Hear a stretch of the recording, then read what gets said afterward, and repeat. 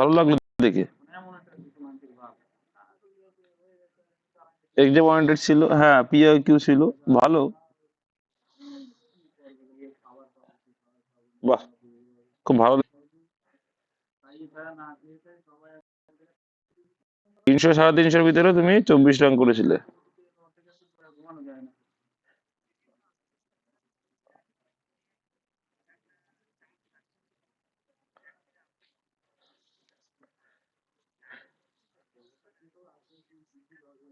খুব ভালো জিনিস এটা, ওই জন্য তো। ভালো জিনিস, ভালো জিনিস, ওই জন্য তো আমি যদি অফলাইনে নিতে পারতাম না, খুব ভালো হতো। আর বাড়িতে ছেলেপিলে যখন পরীক্ষা নিতাম কতটা ইমপ্রুভমেন্ট হয়েছিল আমি নিজেই জানি। প্রথম সারির 2-3 জন, নাসিরও আছে, ও 70+ পেয়েছিল।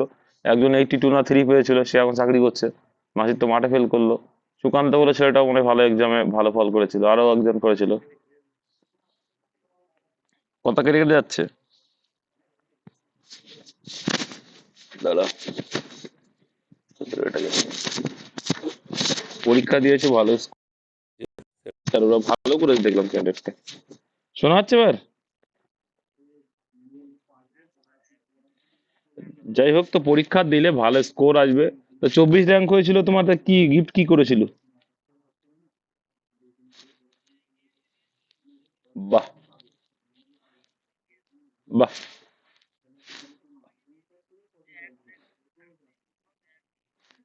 মানে 1 থেকে 40?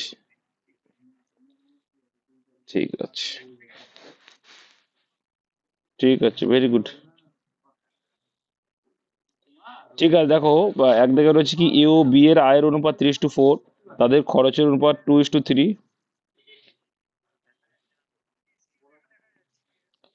দেখো, তো কোশ্চেন দেখো রয়েছে এ ও বি এর আয়ের অনুপাত 3:4, তাদের খরচের অনুপাত এত, প্রত্যেকে 200 টাকা সঞ্চয় করলে।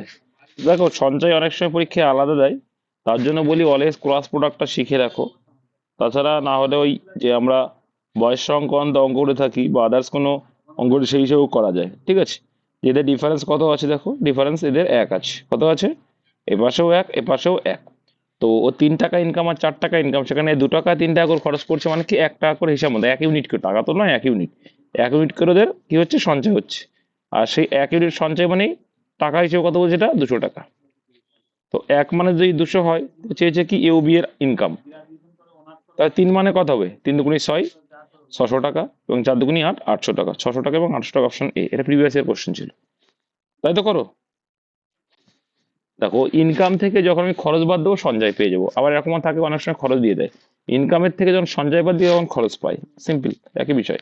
এবার এই অঙ্কটা যদি সঞ্চয় আলাদা থাকতো সেক্ষেত্রে, বলো।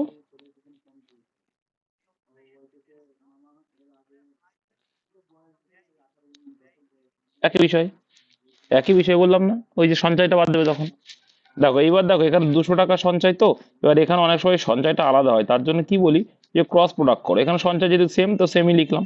যে আলাদা হতো আলাদা, বিয়েরটা বিয়ের জায়গায় লিখবে, এরটা এর জায়গায় লিখবে। যেটাই সঞ্চয় বলতে পরীক্ষার সময় কিন্তু আলাদাও থাকে, এমন দেখা গেছে। তখন কি করতে হয়, ক্রস প্রোডাক্ট। ক্রস প্রোডাক্ট কি, এদিকে কত হচ্ছে, 3 3 9, আর এদিকে 4 দুগুণে 8, ডিফারেন্স কত এলো, 1। তাই 4 দুগুণে 8 আর 1 9, ডিফারেন্স হলো। তো 4 দুগুণ, এই সরি, 3 3 9 আর 4 দুগুণে 8, ওই 9 আর 8-এর ডিফারেন্স হলো কিন্তু 1, সেটা লিখলাম। এখানেও সেম করবো। 3 দুগুণে 6, মানে 600, আর এদিকে 2 দুগুণে 4, মানে 400। তো 400 600 ডিফারেন্স কত হয়, এই 1 মানে সে কিন্তু সেই 200ই আসবে। এবার এখান থেকে 3 মানে কত হয়ে যাবে, 300, এবং 4 মানে 800, কিন্তু answer option A, cross product. Cross প্রোডাক্টটা কেন করতে বলি, কারণ এখানে সঞ্চয় যদি আলাদাও হয় তাও কিন্তু তোমার অ্যান্সার চলে আসবে। নেক্সট, এখানে দেখো বলছে একটি বর্গাকার জমির কর্ণ 30 মিটার, ওই বর্গাকার জমির ক্ষেত্রফল নির্ণয় করুন। তো প্রথমে ক্ষেত্রফলের সূত্র কি জানি আমরা, কি জানি, বাহু স্কোয়ার। বাহু স্কোয়ার, বাহু যদি এ ধরি, বাহু যদি এ ধরি তো এ স্কোয়ার। তাহলে আমাকে কর্ণ দেওয়া আছে, সেখান থেকে আমাকে প্রথম কাজ হবে কি, আমার বাহুর দৈর্ঘ্যটাকে বের করা। তো হ্যাঁ, তা বড় ক্ষেত্রে কর্ণের সূত্র কি জানি আমরা,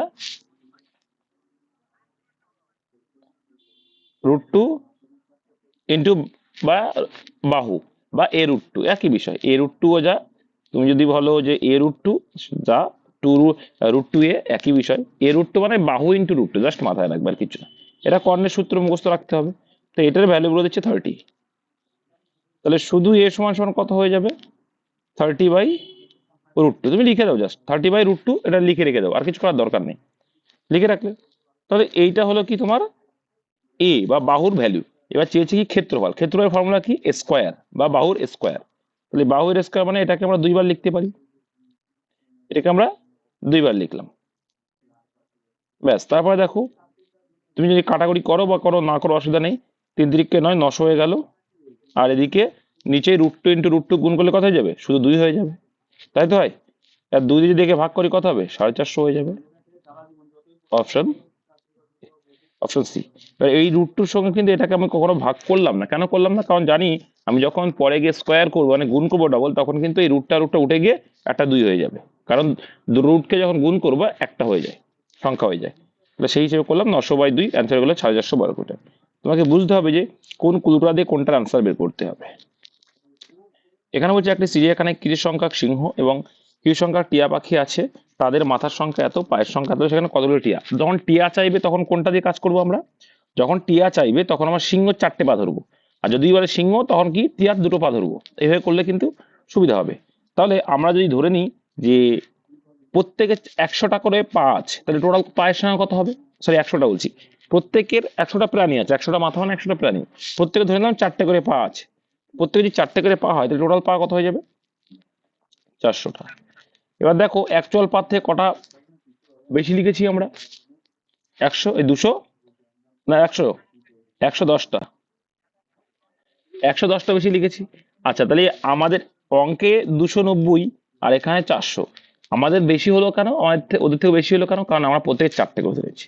তার মানে এই 110টা কি আমরা 2টো করে এক্সট্রা পা লিখে পেয়েছি, ঠিক আছে। কেন 2টো করে পা, এই সবসময় এটা করবে, করে 2 দিয়ে ভাগ করে দেবে। যদি আমার টিয়া পাখি চাইতো 2টো করে, টিয়া পাখি চাইছে বলে 4টে করে পা ধরে দিলাম, মানে 2 পা আছে এমন প্রাণী যখন হয় তখন আমরা কি সিংহটা ধরবো, একবারে চলে মানে 4টে পা ধরবা। আর যদি আমার 4 পায়ে প্রাণী চাই তখন 2টো করে ধরবা, যে ডিফারেন্সটা 2 দিয়ে ভাগ করবা। তাহলে এখানে কত হলো, 55। তাহলে কি হয়ে গেল, 55টি কি আছে। এবার দেখো সেটাও দেখাচ্ছি, অ্যালিগেশন তোমরা শিখেছো। এটা এটা কি করলাম, এটা এটা মুখোমুখি আসবে, এটা কি আসবে মুখোমুখি। এবার দেখো আমি তুমি কনসেপ্টে ক্লিয়ার রাখলে মুখোমুখি করলে, যে 100টা প্রাণী মানে 400, 490 ডিফারেন্স কত, 110, তাকে আবার 2 দিয়ে ভাগ করলে কত হয়, ব্যাস সোজা সব অ্যান্সার। যাই হোক, এবার দেখো অ্যালিগেশন সিস্টেমে দেখায় যে 100টাই যদি আমি ধরি 4 পেয়ে প্রাণী, তাহলে কত হয়ে যাবে, 400টা হয়ে যাবে পা। আবার এইদিকে যদি ধরি 2টো করে পা, প্রত্যেকেই 100টারই 2টো করে পা যদি হতো কত হতো, 200 হয়ে যেত, বেশ। কিন্তু ওরা বলছে না 290 এই বলেছে, সেটাকে অ্যালিগেশন করতে হবে। এই শূন্য শূন্য প্রত্যেকের 8টা করে শূন্য আউট করে দেওয়া, যেহেতু শূন্য আছে মানে প্রত্যেকের 8টা শূন্য আউট করে দাও। তাহলে এখানে ডিফারেন্স করলে কত আসছে, এখানে 11 আসছে, আর এখানে করলে কত আসছে, 9 আসছে, তাই তো আসে, 9:11 এলো। কথা বলতে হবে, নাহলে অঙ্ক শেখা যায় না, ঠিক আছে তো। তাহলে তাই যদি হয়, তাহলে দেখবো যে এখানে টোটাল কত আসছে, 20, টোটাল আসছে 20। আচ্ছা, তাহলে 20-র ভিতরে কটা আছে টিয়া পাখি, টিয়া পাখি কোনটা, এটা 11টা আছে। তাহলে 290-এর ভিতরে কটা হবে, তাই তো, সরি ওটা প্রাণী আছে, সরি ভুল হলো। যেহেতু আমরা পা পা দেখো আমি পায়ের সংখ্যা দিয়ে করছি মানে আমার প্রাণীর সংখ্যা বেরবে, সরি 100টার ভিতরে হবে তো, সরি আমি তো পায়ের সংখ্যা বেরবে না, প্রাণী, সরি। তাহলে 5 × 6, এই 5 × কত, 55, অপশনে। নেক্সট দেখে নাও, এটা সমবাহু ত্রিভুজের উচ্চতা √6 হলে ত্রিভুজের ক্ষেত্রফল কত। তো এটা আনসার 2√3, আমি বুঝতে পারছি। যাই হোক, তাই সমবাহু ত্রিভুজের উচ্চতার সূত্র দেখো, সমবাহু ত্রিভুজের ক্ষেত্রফলের সূত্র বলো আগে,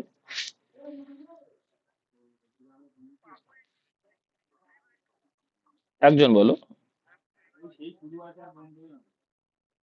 রুট ক্ষেত্র সূত্র কি, √3 আমি ক্ষেত্রফলের সূত্র, আমি আমি ক্ষেত্রফলের সূত্র চাইছি আগে, √3 আমি ক্ষেত্রফলের সূত্র চাইছি।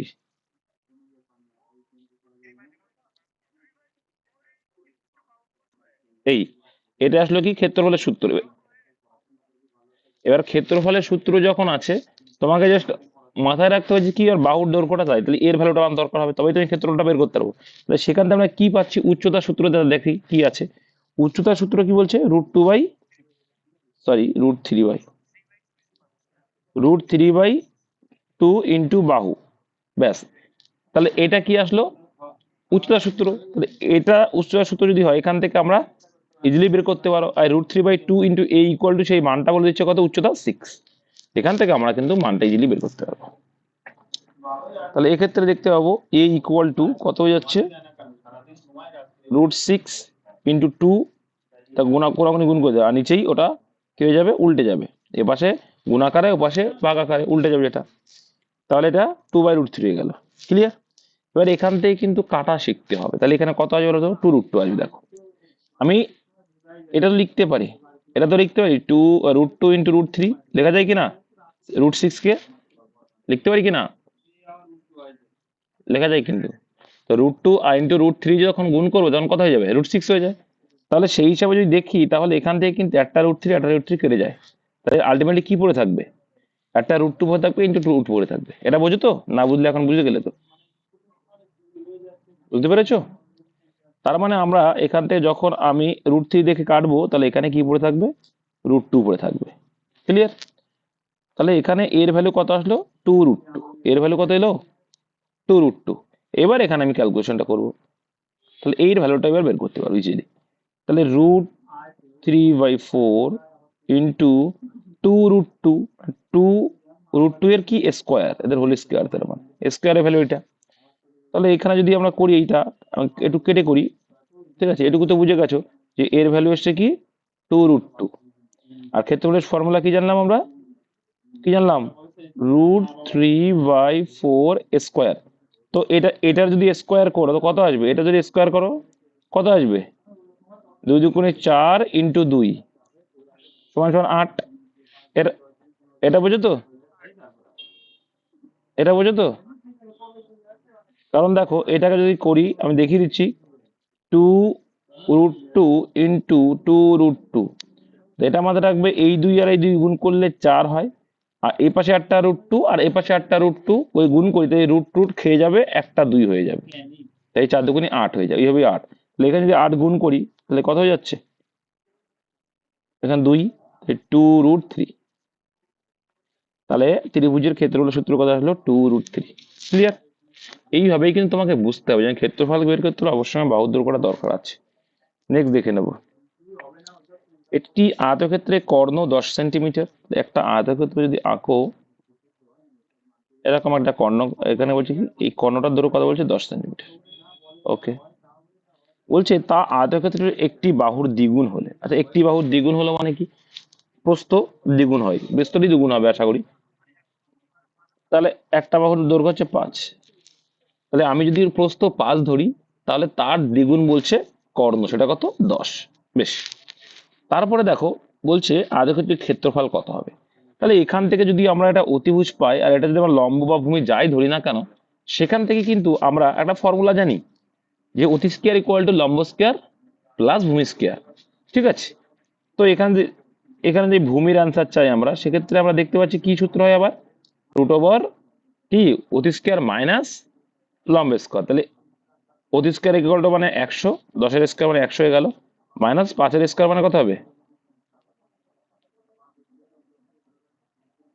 এ আসবে। তাহলে কত আসছে? অবশ্যই তাই হবে, √75 আসে। দেখো √75 মানে কত হয়? √75 মানে দেখো 25, এটাকে ভাঙা শিখতে হবে। দেখো 25 × 3 লিখতে পারি আমরা। তো 25 তো একটা রুট সংখ্যা। তাহলে 25কে যদি আমরা রুটের বাইরে বের করি, কি বলি? 5 5 25, তাহলে 5 হয়ে যাবে। তাহলে 5√3। তাহলে কিন্তু আমার এই যে দৈর্ঘ্য পেলাম কত? 5√3। কার বুঝতে অসুবিধা আছে? দেখো 25কে ভাঙলে না 5 × 5 আসে। তো একই সংখ্যা দুটো যখন থাকে, বাইরে একটা চলে আসে। আর 25 তো নিজে রুট সংখ্যা না, স্কোয়ার সংখ্যা একটা। তাহলে আমি 25কে যখন রুটের বাইরে বের করবো, 5 হয়ে যাবে না? যাই হোক, এবার দেখো এখান থেকে কিন্তু আমরা মান পেয়ে গেছি। এবার ক্ষেত্রফলের সূত্র এখনো কারিগরে আসছে। এবার ক্ষেত্রফলের সূত্র কি আছে? দৈর্ঘ্য ইন্টু প্রস্থ। তো দৈর্ঘ্য তো পেয়ে গেছে এটা, তাহলে 5√3 পেয়ে গেছি দৈর্ঘ্য, ইন্টু ফাইভ প্রস্থ। তাহলে এবার 5 5 কত হয়ে যাবে, 5 5 25 হয়ে যাবে, আর √3, 25 √3 অপশন নাম্বার এটা, 25 √3 অপশন নাম্বার সি, ওটা √3 কিন্তু ওটা। নেক্সট, মাথা ঠান্ডা করে করতে হবে, পরিমিতিতে বেশি নাম্বার পাওয়া যায়, বেশি কিছু মনে রাখার দরকার, সূত্র মনে রাখতে হবে। দেখো বলছে 7,000 টাকা লগ্নি করে মানে বিনিয়োগ করে এ একটি ব্যবসা শুরু করে 5 মাস বাদে, বি তার 5 মাস বাদে বি তার অংশীদারি হয়, 1 বছর বাদে যদি তাদের লভ্যাংশ। দেখো আমরা জানি কি লভ্যাংশের রেশিও যদি দেওয়া আছে, তাহলে আমাদের অ্যাকচুয়ালি লভ্যাংশ পেতে গেলে কিভাবে করতে হয়, যে বিনিয়োগ ইন্টু টাইম। তো এ বিনিয়োগ করেছে না, ভগ্নাংশ আকারে লিখবো অনুপাতটা, হ্যাঁ। এ বিনিয়োগ করেছে 7,000 টাকা, হুম, আর সে কত মাসের জন্য, 12 মাসের জন্য, কারণ এ কিন্তু প্রথম থেকেই আছে। কিন্তু বি কত টাকা বিনিয়োগ করেছে, ধরে নাও এক্স টাকা বিনিয়োগ করেছে, ভগ্নাংশ আকারে লিখছি। তাহলে এবার দেখো আমি বিনিয়োগের সঙ্গে টাইম গুণ করছি না, লাভ লাভ বের করছি। আর এক্স টাকা বিনিয়োগ করেছে সে 5 মাস বাদে এসছে, তাহলে কত মাসের জন্য করেছে, 7 মাসের জন্য। তাহলে এইটা কিসের কিসের কি বের করলাম, এটা আমরা কিন্তু লাভ বের করলাম। আর সেই লাভটাই বলেছে কত, 2/3, 2/3 কেন ভগ্নাংশ লিখে দিলাম, 2/3 বলছে, ব্যাস। এবার কাটাকুটি করো, 7 দিয়ে কাটলে কত হয়ে যাবে, 7,000 হয়ে যাবে, 7 × 7 মানে 1,000 হয়ে গেল। এখানে যদি 2 দিয়ে কাটি কত হয়ে যাবে, 6 হয়ে যাবে। তাহলে এইবার দেখো এখানে কত, 3 × 6 = 18, আর ওইদিকে আমার 3টে শূন্য আছে। তাহলে বি লগ্নি করেছিল কত টাকা, অপশন সি 18,000 টাকা। কারো বুঝতে অসুবিধা অসুবিধা হলে জিজ্ঞাসা করতে হবে। নেক্সট, 2 অঙ্কের একটি সংখ্যার অঙ্কোদয়ের যোগফল 8, সংখ্যাটি থেকে 18 বাদ দিলে সংখ্যাটি, এটার বেস্ট মেথড কি জানো তো, অপশন টেস্ট। এই টাইপের অঙ্কের অপশন টেস্ট হচ্ছে বেস্ট মেথড। প্রত্যেকটা যোগফল দেখো 8 আছে, তোমাকে শুধু দেখতে হবে যে 18 বাদ দিলে তারা পরস্পর সংখ্যার বিনিময় করছে কিনা। আচ্ছা, তাহলে 44 থেকে প্রথমে 18 বাদ দিলে কত হয়, 8 আর কয় দাও, কত, 14। তাহলে দেখো 8 আর কত, 6 আসছে। তোমার 4-এর দেখো 44-এর সংখ্যা দিয়ে এপাশ ওপাশ করি, দুটোই তো 4, তাই 44-ই আসতে হবে। তাহলে এটা তো প্রথমেই বুদ্ধি আসার দরকার, যেমন 44-ই আসবে, তো 44 থেকে তো 18 বাদ দিলে 44 আসার প্রশ্নই হয় না, এটা তো আনসার হতেই পারে না। বুঝতে পারছো কি বলতে চাইছি আমি? তারপরে দেখো এইটাকে যদি আমরা ওদল বদল করি, এটা কত হবে, 53 হয়ে যাবে। আমার তো 35 থেকে বাদ দিতে হবে, তাহলে এটাও অ্যান্সার হবে না, কারণ বেশি হয়ে যাচ্ছে। তাহলে হয় 62 নাই 53, কারণ এটাকে ওদল বদল করলে মানটা কম হবে, বিয়োগ করলে তো মান কমে যায়। কি বলতে চাইছি বুঝতে পেরেছো? তাহলে এই দুটো ভিতরে যেকোনো একটা। এবার দেখো 53 থেকে আমাকে আনতে হবে, দেখতে হবে যে 18 বাদ দিলে 35 আছে কিনা, দেখলাম হ্যাঁ 18 বাদ দিলে 35ই আছে, ঠিক আছে। তাহলে এটাই অ্যান্সার হয়ে যাবে, অপশন নাম্বার বি। বুঝতে পেরেছো? কে বুঝতে পারোনি জিজ্ঞাসা করবে।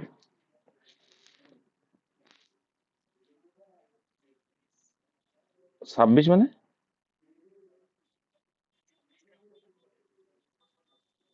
কোনটা 26 হলো?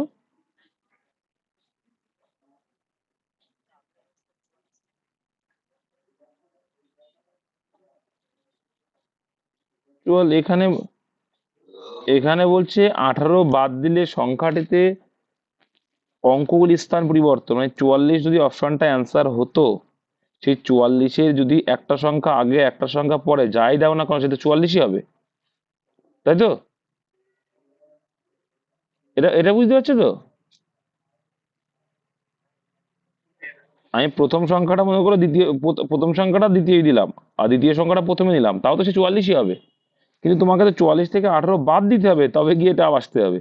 তো 44 থেকে 18 বাদ দিলে কি 44 আসবে, মানে স্থান বিনিময় করছে? এটা তো হবেই না। এবার এখানে দেখো 35 আসে, 35 থেকে তুমি 18 বাদ দিতে মান কমার দরকার, কিন্তু এখানে তো 35 যদি উল্টো লেখো তাহলে কত হয়, 53 হয়ে যাবে। তো 35 থেকে 18 বাদ দিতে মান কমে যাবে, এ তো বেড়ে যাচ্ছে দেখছি, তাহলে এটাও তো অ্যান্সার হবে না।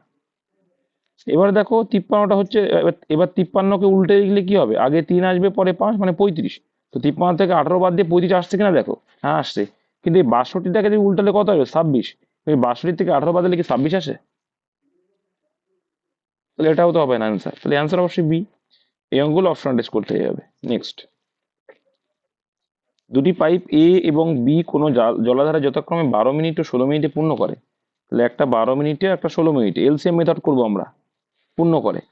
যদি দুটি পাইপ একসাথে খোলা হয় তবে কতক্ষণ পরে বি পাইপ দিয়ে বন্ধ করলে আদাটি, দেখো এবার এদেরকে এলসিএম করবো, এলসিএম করলে কি হবে, যে ধারণ ক্ষমতাটা আসবে তাদের এফিসিয়েন্সি পাবো। তাহলে এই 12 আর 16 এলসিএম বা লসাগু কত হয়? 48 হয়।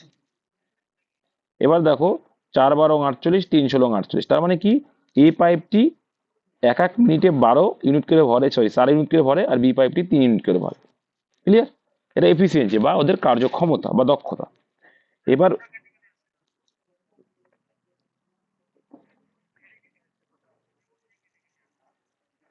ছাদের উপরে এসেও কেটে আসছে, এগুলো কি বলবো বলো?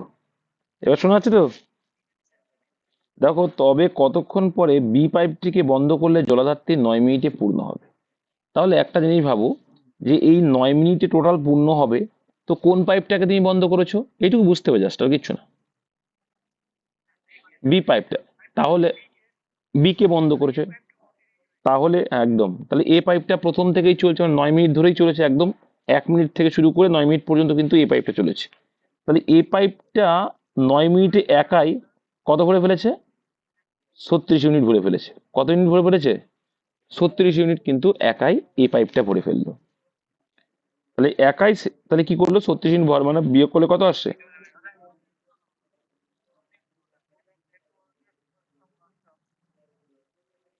দেখো তাহলে এখানে একটা জিনিস, এবার দেখো, এবার এই 36টা দেখো, ও কিন্তু এ করলো।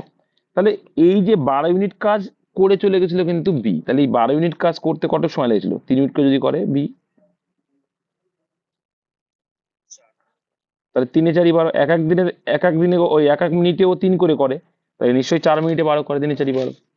তাহলে কিন্তু আমরা এটুকু বলতে পারি কতক্ষণ পরে চলে গেছে, তাহলে 4 মিনিট কাজ করার পরেই কিন্তু বিটা চলে গেছে। ক্লিয়ার?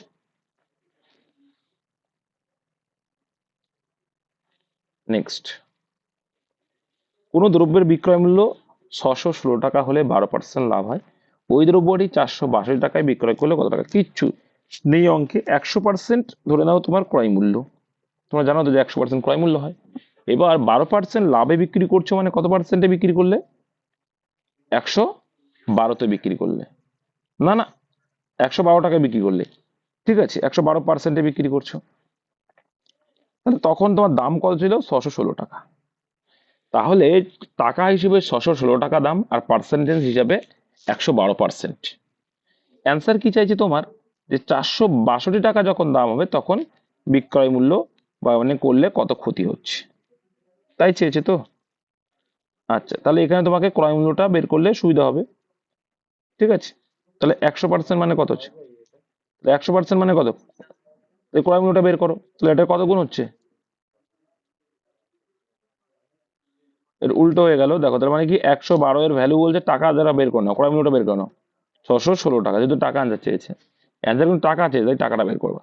তাহলে 112% মানে ক টাকা? 616 টাকা। তাহলে ক্রয় মূল্য কত হচ্ছে? 100% দেখালাম। 100% মানে কত? এর কত গুণ এটা? কত গুণ করবো বলো? দেখো, তাহলে এটাকে 2 দিয়ে কাটলে কত হচ্ছে? এটাকে যদি আমরা 2 দিয়ে কাটি 50 এলো। এটাকে 2 দিয়ে কাটলে কত আসছে? 56 আসছে তো। এবার দেখো, 56 × 11 করলে কত চলে আসবে? চলে আসলো। তাহলে 11 50-এ কত হয়? 550 টাকা। তাহলে 550 টাকা তোমার হলো ক্রয় মূল্য। ঠিক আছে, এবার ক্রয় মূল্য থেকে যখন ক্ষতি হয় তখন বিক্রি মূল্যটা কম হয়, তাই তো? এগুলো তো ক্লিয়ার। যখন ক্ষতির কথা বলছে তাহলে নিশ্চয়ই এখানে কি আছে? বিক্রয় মূল্যটা কম আছে। তাহলে 550 টাকা থেকে বিক্রয় মূল্যটা কত কম আছে, সেটাই তোমার ক্ষতি টাকা হিসাবে। তাহলে বিয়োগ করলে 88 টাকা আসছে, অপশন নম্বর বি। নেক্সট, এই টাইপ কিন্তু আসবে সোজা, কিন্তু আসবে একটু না বুঝতে দিলে অসোজা, মানে সোজা নয়। পরপর 7টি সংখ্যার গড় 20। দেখো, আমি তোমাদের বলেছিলাম যখনই বলে পরপর 7টি মানে বিজোড় বলে দেবে, পরপর 7টি, 3টি। আর অ্যাকচুয়ালি গড় মানে কি? মিডিল মান। গড় মানে কি? মিডিল মানটা। গড় মানে কি? 7টা সংখ্যার ভিতরে মিডিল মানটা কত? 20। এই মিডিল মানটা যদি 20 হয়, তাহলে এ পাশেও 3টে সংখ্যা আছে, এ পাশেও 3টে সংখ্যা, টোটাল কত হয়ে গেল? মিডিল মানটা তাহলে 20 যদি হয়। আর বৃহত্তম হচ্ছে এ পাশে 3টে, মানে কি 20 পরে কত? 21, 22, 23। তাহলে বৃহত্তম সংখ্যাটা হচ্ছে 23। কখনো কখনো এই ক্ষুদ্রতম সংখ্যা তাহলে কত হতো? এর আগে হচ্ছে 19, 18 আর 17। তাহলে ক্ষুদ্রতম বললে কত হতো? 17, কিন্তু এখানে বলেছে বৃহত্তম, অ্যান্সার 23। আবার কখনো কোনো পার্থক্যও দেয়, পার্থক্য যদি চাইতো কত হতো? 6 হতো। তো প্রত্যেকটা বলে দিলাম, কখনো কখনো কি কখনো কখনো কখনো দ্বিতীয়টা এটাও দিয়ে দেবে, বা কখনো কখনো যোগও দেবে, যাই বলুক না কেন, ভাগও দিতে পারে। কিন্তু প্রসেসটা তো জেনে গেলে যে তুমি তো এখানে প্রত্যেকটা সংখ্যা পেয়ে গেলে কোন কোন সংখ্যা যোগফল, কোন সাতটা সংখ্যার গড় হচ্ছে 20। বুঝতে পেরেছো? বিজোড় জোড় প্রত্যেকটা সংখ্যার গড়ই মিডিল মান, এটা মাথা রাখবে। আর বিজোড় হলে তো সুবিধা, বিজোড় হলে সুবিধা হয়। ঠিক আছে, বিজোড় হলে সুবিধা কেন, কারণ এই পাশেও তিনটে এই পাশেও তিনটে আর মাঝখানে ও একা, টোটাল কার হলো সাতখানা হয়ে যায়। কিন্তু যদি জোড় হতো, মানে চারটে সংখ্যা যদি গড় বলি, 1 2 3 4, দেখো চারের কত ধরো আড়াই, দেখবো গড় হয়, ওদের কত হচ্ছে আড়াই গড় হয়, তখন পয়েন্ট আসে।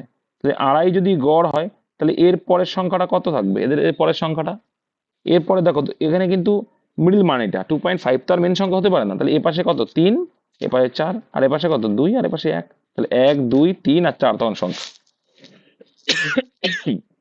কিন্তু মিডিল মিডিল মানটা অলওয়েজ থেকে গড় হয়, এটা বলছে এটা।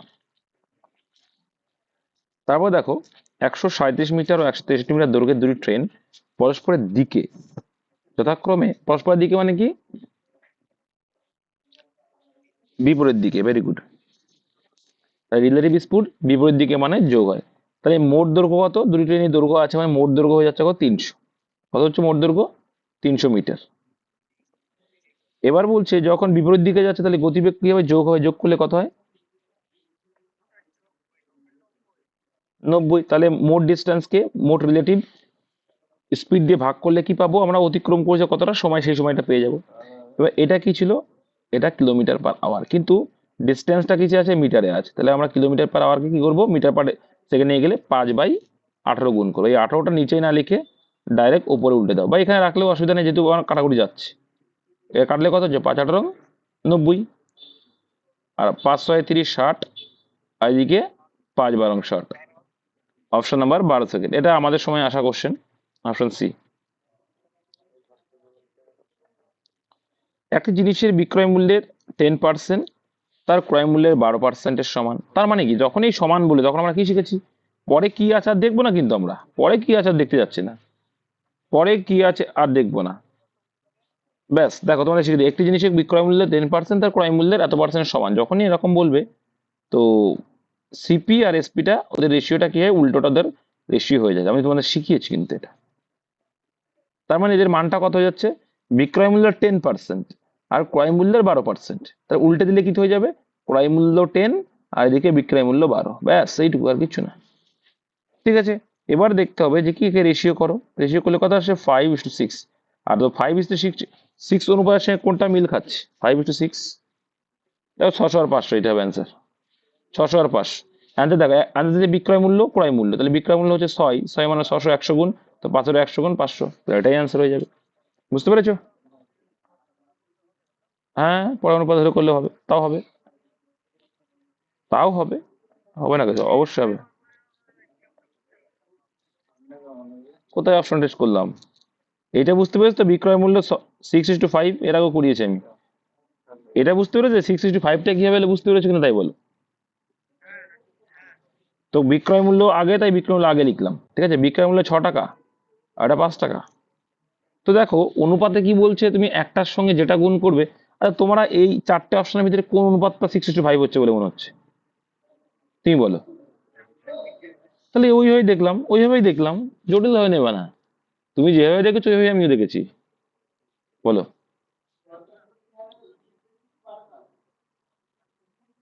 500, তখন ওটা নেবো না, আমার বিক্রয় মূল্যটা নেবো।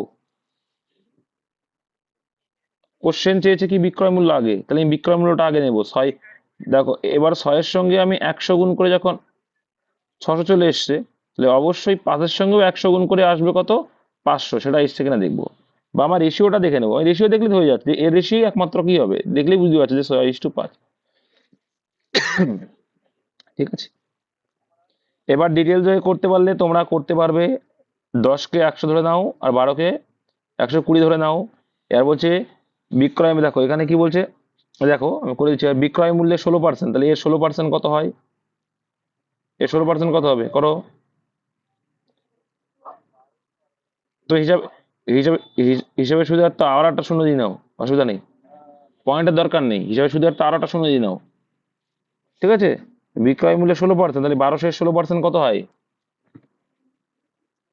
144, তাই হয় না? না না, 696, 192, ঠিকই বলেছে। 192, 192 তো, 192। আর এখানে বলছে দেখো, দেখো সিম্পল লজিক বুঝতে হবে। আর এখানে বলছে কি 18%, তাহলে ক্রয় মূল্য 18% মানে কত হবে? 180। এদের ডিফারেন্স কত এসছে? 12। কত এসছে? 12, কিন্তু অঙ্কে বলছে কত? 6। আমাদের থেকে কত গুণ? হাফ গুণ, মানে হাফ। হাফ তো আমাদের থেকে এসছে হাফ, অ্যাকচুয়ালটা কি হাফ। তাহলে হাফ যদি হয় তাহলে আমরা 1000 ধরেছি, এটা 1000 নয়, এটা কত হবে? ক্রয় মূল্য 500 টাকা আর বিক্রয় মূল্য 600 টাকা হবে, তাহলে এরও হাফ করতে হয়। তাহলে দেখো 600 আর 500 এসছে কিনা, অপশন বি।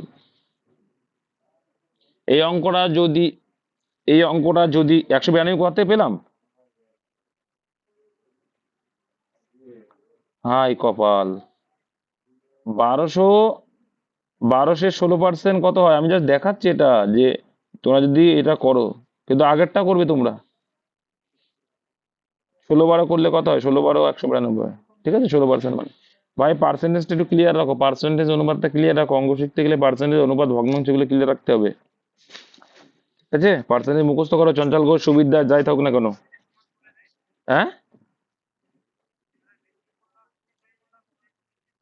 তাহলে তো খুব সোজা। না, কিচ্ছু করা লাগবে না, কিচ্ছু করা লাগবে না। বিক্রয় মূল্য, এই যখনই বললো এর এত পার্সেন্ট সমান, এর এত পার্সেন্টের সমান, তার মানে হচ্ছে রেশিওটা ওর উল্টো হয়। এইগুলোই তো মাথায় রাখতে হবে, ছোট্ট ছোট্ট পয়েন্টগুলোই মাথায় রাখতে হবে, তাহলে বড় বড় অঙ্ক সলভ হয়ে যায়। নেক্সট দেখে নাও। এবার যে কনসেপ্টটা দিলাম, এই কনসেপ্ট দিয়ে তুমি এসআই এর পরীক্ষা যদি আসে ডেসক্রিপটিভ করতে পারবে। দুটি সংখ্যার অনুপাত 6:13 এবং তাদের লসাগু 312 হলে সংখ্যাটির যোগফল কত? কি সংখ্যাটির যোগফল চেয়েছে, তাহলে খুবই সোজা। তো লসাগু বলছে এত, তাহলে আমাদের হিসেবে লসাগু কত ধরে নেওয়া, একটা একটা হচ্ছে। এবার দেখো এর 6 আর 13 লসাগু কত? 78। আমরা বলছি 78, অঙ্কে সেটা বলছে কত? কত গুণ বেশি হতে পারে? 4 গুণ, 4 8 32, আর 4 7 8 4 3 31। এই যে তোমরা যদি বলো যে দাদা তুমি কি করে বুঝলে যে তোমার 78 4 গুণ, এইভাবে ইউনিট দিক দেখি আমরা।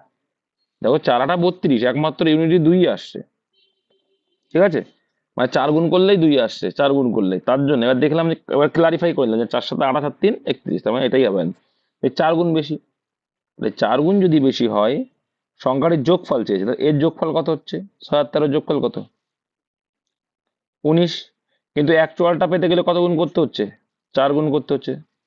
তাই 4 19 76, অপশনে। কে কে বুঝতে পারোনি? না বুঝতে হলে জিজ্ঞাসা করতে হবে।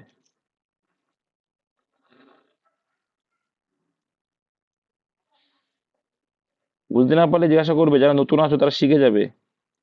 আচ্ছা, একটি ব্যাগে 1 টাকা 50 পয়সা 25 পয়সার মুদ্রার সংখ্যার অনুপাত রয়েছে 2:3:1, তাহলে মূল্যের অনুপাত দেখো। এখানে তোমার রেশিও দেওয়া আছে কি, কিসের দেওয়া আছে? সংখ্যার, কিন্তু অ্যান্সার চাইছে মূল্যার। তাহলে তোমাকে মূল্যের অনুপাতটা বের করতে হবে, খুবই সোজা। তাহলে এবার দেখো, দুটো 1 টাকা আছে, মানে ক টাকা আছে টোটাল? 2 টাকাই আছে। দুটো 1 টাকার কয়েন মানে ক টাকা আছে? 2 টাকাই আছে। এবার বলছে 3টে 50 পয়সা মানে ক টাকা? এবার তোমাকে দেখো, 3টে 50 পয়সা মানে 1.5 টাকা, 2 দিয়ে ভাগ করে দেবো। কেন 2 দিয়ে ভাগ করি? কারণ দুটো 50 পয়সা মিলে আমার 1 টাকা হয়, তার জন্য মূল্যের অনুপাত সময় টাকায় কনভার্ট করতে হবে। এবার রয়েছে 25 পয়সা, কটা? 5টা। এবার মাথায় রাখতে হবে যে 4টে 25 পয়সা মিলে 1 টাকা হয়, তার জন্য আমি 4 দিয়ে ভাগ করবো। তাহলে এই এসে গেল আমার টাকার রেশিও বা মূল্যের রেশিও। এবার দেখো 2 আর 4 এলসিএম করলে কত হয়? 4ই হয়। তাহলে এর নিচে কিছু নেই মানে কি 1 আছে, তাহলে 1 যদি থাকে তাহলে 4 2 8ই হয়ে যাবে গুণ। আর এখানে আছে 2, 2 দিয়ে যদি আমি 4কে ভাগ করি কত হবে? 2 হবে, 2 2 4, 2 আসবে ভাগফল। তাহলে 2 যদি আর সেই 2কে আর লবের সঙ্গে গুণ করো, কত হয়ে যাবে? 6 হয়ে যাবে। সিমিলারলি এটাও 4 দিয়ে 4কে ভাগ করলে 1, 1-এর সঙ্গে 5 গুণ করলে 5 অক্ষে 5। তাহলে মূল্যের রেশিও কত পেলে? 8:6:5, অপশন নাম্বার সি হয়ে গেল কারেক্ট অ্যান্সার। আচ্ছা, এই অঙ্কটা খুব সোজা, আমি একদিন করিয়েছিলাম, বলো কি হয়ে যাবে। এবার দেখো এখানে তুমি দেখতে পাচ্ছ, তোমাকে এখানে তোমাকে একদম একদম। আর ট্যান মানে কি জানো?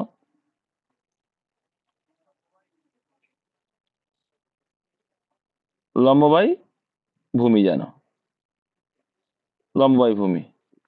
আচ্ছা, এখানে কি দেখতে পাচ্ছ? সাইন দেখতে পাচ্ছ আর কস দেখো। সাইন মানে কি?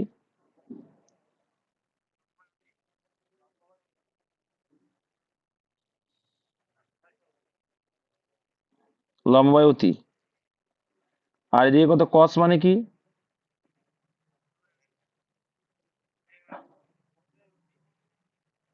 ভূমি বাই অতি।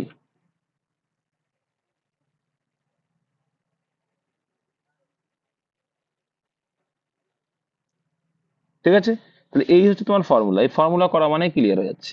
আর ট্যান এর ভ্যালু বলছে দেখো, এইগুলো মুখস্থ রাখতে বলেছিলাম আমি, এরকম করিয়েছিলাম কিন্তু আমি।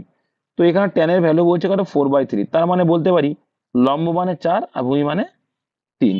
তাহলে এই লম্ব আর ভূমিতে দেখো আমার অতিভুজটাও লাগবে, লম্ব আর ভূমি তো আছে। এবার আমার অতিভুজটা বের করার ফর্মুলা কি জানি? অতি স্কয়ার ইকুয়াল টু লম্ব স্কয়ার প্লাস ভূমি স্কয়ার। এবার চারি চারি কত? 16। হ্যাঁ অবশ্যই, যারা ট্রিপলেট জানো তারা তো জানো, যারা জানো তারা জানো।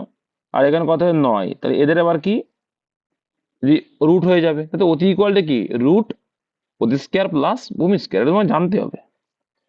মানে লম্ব স্কয়ার প্লাস ভূমি স্কয়ার, তাহলে এটা হয়ে গেল 16 প্লাস 9 মানে 25। তাহলে রুট 25 মানে কত? 5। তাহলে অতিভুজের ভ্যালু হলো 5। তাহলে সাইন থিটার ভ্যালু কত হয়ে যাচ্ছে? সাইন থিটার ভ্যালু কত হয়ে যাচ্ছে তাহলে? লম্ব বাই অতি মানে কত? 4/5 প্লাস এদিকে কস মানে কি? ভূমি বাই অতিভুজ 3/5, ব্যাস। তাহলে কত হয়ে যাচ্ছে? 4 3 দেখো আমার এলসিএম সেম 5ই আছে, তাই 4 3 কত হয়? 7। 7/5 অ্যান্সার। 7/5 মানে কত? 1/2 এর পাশে। ব্যাস এইটুকুই। বুঝতে পেরেছো? তো তোমাকে ক্লিয়ার রাখতে হবে কোনটাকে কি বলে। সিম্পল, কিন্তু তোমাদের পরীক্ষার সময় ডব্লিউবিতে এরকমই আসবে, তার বাইরে আসে না। আমারই করে না, দেবেও না। দুটি বর্গক্ষেত্রের ক্ষেত্রফলের অনুপাত এত, তাহলে বর্গক্ষেত্রের পরিসীমা। তোমাদের আমি বলেছিলাম কি, ক্ষেত্রফলের রেশিও কে রুট করলে আমরা কিসের রেশিও পাই? বাহুর রেশিও পাই। তাহলে 1 3 রয়েছে, তাহলে এটা ক্ষেত্রফল রয়েছে। ক্ষেত্রফলকে যখন আমরা রুট করব কি পাবো? রুট করলে আমরা বাহুর দৈর্ঘ্য পাবো, বাহু দৈর্ঘ্যের রেশিও। তাহলে একের রুট একও যা, রুটের স্কোয়ার এক মানে একই হবে সে। আর এখানে √3, এটা কি হলো? বাহু। আর তোমাদের এটাও মাথায় রাখতে হবে যে বাহুর দৈর্ঘ্য যা হয় পরিসীমার দৈর্ঘ্য সেম হবে, কর্ণের দৈর্ঘ্যও সেম হবে, সবকিছু দৈর্ঘ্য সেম হবে, শুধু ক্ষেত্রফলটা আলাদা হয়, ব্যাস সেইটুকু। অ্যান্সার কত হয়ে যাবে? 8, অপশন নম্বর বি। আর বাহুর থেকে যখন ক্ষেত্রফল যাওয়া, জাস্ট তোমাকে স্কোয়ার করতে হয়। এই ছোট্ট ছোট্ট জিনিসগুলো কিন্তু মাথায় রাখতে হবে। নেক্সট, একটা চৌবাচ্চা 5 ঘন্টায় পূর্ণ হয়, ভেরি গুড। কিন্তু চৌবাচ্চাটা মানে কি, দেখো চৌবাচ্চায় ছিদ্র না থাকে 5 ঘন্টা টাইম লেগেছে। চৌবাচ্চায় ছিদ্র থাকার ফলে সেটি পূর্ণ হতে নাকি 6 ঘন্টা লেগে গেল। অবশ্যই বেশি সময় লাগবে, ছিদ্র আছে বলে জল বেরিয়ে যাচ্ছে। তাহলে ধারণ ক্ষমতা, এটা কিন্তু ছিদ্র। দেখো এবার আবার ধারণ ক্ষমতা বের করার জন্য কি বের করবো আমরা? এলসিএম করবো। 5 6 30 হয়ে গেল। তাহলে এলসিএম করলে 5 6 30, আর এখানে 5 6 30, 6 5। মানে যখন ছিদ্র ছিল না, যখন ছিদ্র ছিল না তখন 6 করে পড়ছিল, আর যখন ছিদ্র এলো তখন কত করে পড়ছে? 1 ঘন্টায় 5 করে। তাহলে 1 করে কোথায় যাচ্ছে? 1 করে ছিদ্র দিয়ে বেরিয়ে যাচ্ছে। 1 করে কিন্তু এখন ছিদ্র দিয়ে বেরিয়ে যাচ্ছে, কারণ দেখো প্রথমে যখন ছিদ্র ছিল না 6 করে পড়ছিল, কিন্তু যেই ছিদ্র একটা করে দিয়েছো তখনই কিন্তু 5 করে পড়ে। তার মানে কি 1 করে বেরিয়ে যাচ্ছে, কিসের কি দিয়ে বেরিয়ে যাচ্ছে? ছিদ্র দিয়ে। এবার যে পরিপূর্ণ চৌবাচ্চাটি কতক্ষণে খালি হবে ছিদ্র দিয়ে? তাহলে যদি শুধু ছিদ্র দিয়ে চালানো হয়, তাহলে এই 30 আছে, আর ছিদ্র দিয়ে খালি হচ্ছে 1 1 ঘন্টায় 1 করে। তাহলে 1 দিয়ে 30কে ভাগ করলে কত হবে? সেই 30 ঘন্টাই হবে। বুঝতে পেরেছো? সিম্পল, কিন্তু পরীক্ষা আসে। জাস্ট কনসেপ্ট ক্লিয়ার রাখতে হবে, করলেই আনসার ক্লিয়ার হয়ে যাবে। 17 18 দাগ দেখো। একটি আয়তাকার ক্ষেত্রের দুটি বাহুর অনুপাত 3:4 এবং ক্ষেত্রফল 7,500 বর্গমিটার হলে প্রতি মিটার, দেখো প্রতি মিটার এত টাকা হিসাবে বাতির চতুর্দিকে বেড়া, বেড়া মানে পরিসীমা। তো তোমার পরিসীমা বের করতে গেলে তোমার অবশ্যই বাহুর দৈর্ঘ্য জানার দরকার, মানে কি প্রস্থ আর দৈর্ঘ্য এর মানটা দরকার। তো 3:4 বলে দিয়েছে। তাহলে 3:4 যদি হয় তোমাকে কিন্তু এখানে এক্স ধরে নেবে, নাহলে ভুল করবে। 3x × 4x ধরে নেবে, নাহলে কিন্তু তোমরা ভুল করবে। তাহলে এখানে কি 12x² সমান সমান কত হবে? 7,500।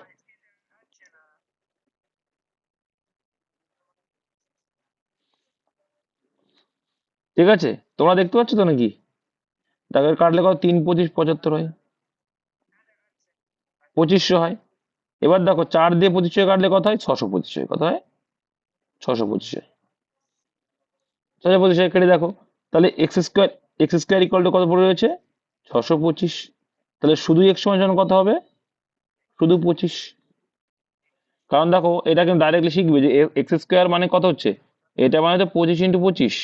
এবারে তো এটা রুট হয়ে যায়, তাই ডাইরেক্টলি এটা মাথায় রাখবে যে কেন 25 করলো। কারণ এই পাশে যখন স্কোয়ার আছে এটাকে মাথায় ক্যালকুলেশন করবে, এপাশে যখন স্কোয়ার আছে এ পাশে গেলে কত হয়ে যাবে। আমি যদি আবার এরকম করি, বোকামি ছাড়া আর কিছু না, টাইম নষ্ট। মানে এ পাশে স্কোয়ার মানে ওপাশে গেলে রুট হয়ে যায়, এটা তো মুখস্থই থাকবে বা মনেই থাকবে, কনসেপ্ট ক্লিয়ার। তাহলে এক্স এর ভ্যালু কিন্তু 25 এলো। তাহলে এক্স এর ভ্যালু যদি 25 আছে, তাহলে দেখো অনুপাত মানে আমাদের এক্স এর ভ্যালু 25 এলো। তাহলে 3 মানে কত হবে? 75। আর 4 মানে 100। তাহলে একটা সংখ্যা 75। আচ্ছা, কার মাইক্রোফোন অন আছে? রিপিট আসছে। মাইকটা কে বন্ধ করো। 75 আর 100, যাই হোক, ঠিক আছে ঠিক আছে। তাহলে অ্যান্সার দেখো 2 ইন্টু দৈর্ঘ্যযোগ প্রস্থ, তাই 2 ইন্টু দৈর্ঘ্যযোগ প্রস্থ কত আসছে? 175। তাহলে এটা কি এলো? এটা কিন্তু আমরা গুণ করলাম মানে 2 ইন্টু 172, এটা কি এলো আমার? এটা কিন্তু এলো আমার পরিসীমা। আর সেই পরিসীমা প্রত্যেক মিটারে খরচ হয়েছে কত? 2.5 করে। তাহলে 2.5 গুণ করে দেবো। তাহলে এই শূন্য কোনো দাম নেই পয়েন্টের পাশে, ঠিক আছে। তাহলে এই পয়েন্টটা তুলে দাও, দিয়ে এখানে একটা 10 দিয়ে দাও। তাহলে এখানে দেখো 5 5-এ কত হয়ে যাবে? 25 হয়ে যাবে। আর এখানে 5 2 10, এই 2 2 কেটে গেল। তাহলে 5 172 কত হবে? সেটাই তোমার অ্যান্সার। কত আসছে দেখো, গুণ করলে 872 আসে। অপশন ডি হয়ে যাবে কারেক্ট অ্যান্সার। খুব সিম্পলি করতে হবে। একজন চা ব্যবসায়ী 320 টাকা কেজি দরে দার্জিলিং চায়ের সাথে এত টাকা কেজি দরে আসাম চা কি অনুপাতে মিশিয়ে প্রতি এত টাকা দরে বিক্রি করলে এত% লাভ। দেখো তুমি কিন্তু লাভ করে গেছো, কিন্তু মেশানোর পরে তোমার দামটা কত হয়েছিল সেটা কিন্তু দেওয়া নেই। তাহলে তোমাকে সেটা বের করতে হবে, কারণ একদিক দিয়ে একটা চা মেশাচ্ছ আর একটা মেশাচ্ছ। তার জন্য এখানে কি 20% মানে কি 120, এটা বিক্রয় মূল্য। 120% যখন বিক্রয় মূল্য হলো, তখন 324 টাকা সে বিক্রি করলো। তাহলে 100% মেশানোর পর তো 100% হয়েছে, মানে দাম তো সেমই। তো তুমি লাভ করেছো বলে দাম বেশি নিচ্ছ।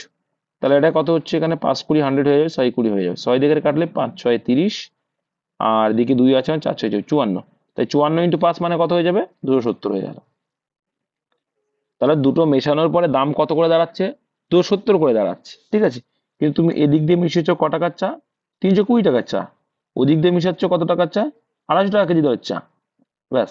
প্রত্যেকে শূন্য আছে মানে তোমার হিসাবের সুবিধার্থে একটা শূন্য গায়েব করে দাও, প্রত্যেকে শূন্য আছে যেহেতু, গায়েব করে দিলে, দিয়ে রেশিও করলে সেই রেশিওটা তুমি পেয়ে যাবে যে কত অনুপাতে তুমি মেশালে। তাহলে 32 থেকে 27 বাদ দিলে কত হয়ে যাবে? 5 হয়ে গেল। আর এখন 27 আর 25 ডিফারেন্স কত? 2 হয়ে গেল। তো 2:5 অনুপাতে। এই অঙ্কটা কিন্তু অনেকবার পিএসসি তেও এসছে, ডাব্লিউবি তেও রিপিট এসছে। অপশন এ হবে অ্যান্সার। হ্যাঁ, টাইপ তো কমন আসবেই। বলো, কেউ কিছু বলতে চাচ্ছিলে? হ্যাঁ, অনেক পরীক্ষায় এসছে। হুম, 20% বলো।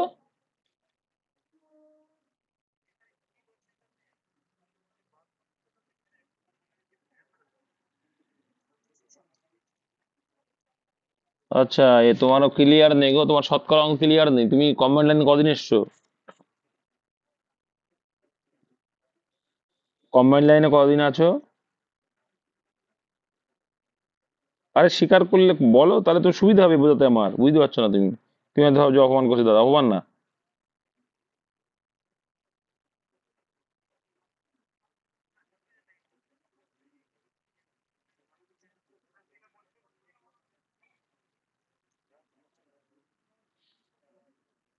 আচ্ছা, কি 12% মানে 120 না কত বলছো? তুমি কি বলেছো বলো?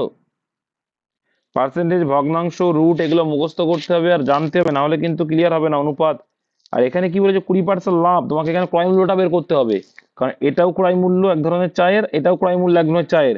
আর এখানে দেওয়া আছে বিক্রয় মূল্য, তো বিক্রয় মূল্য থেকে ক্রয় মূল্য বের করতে হয়।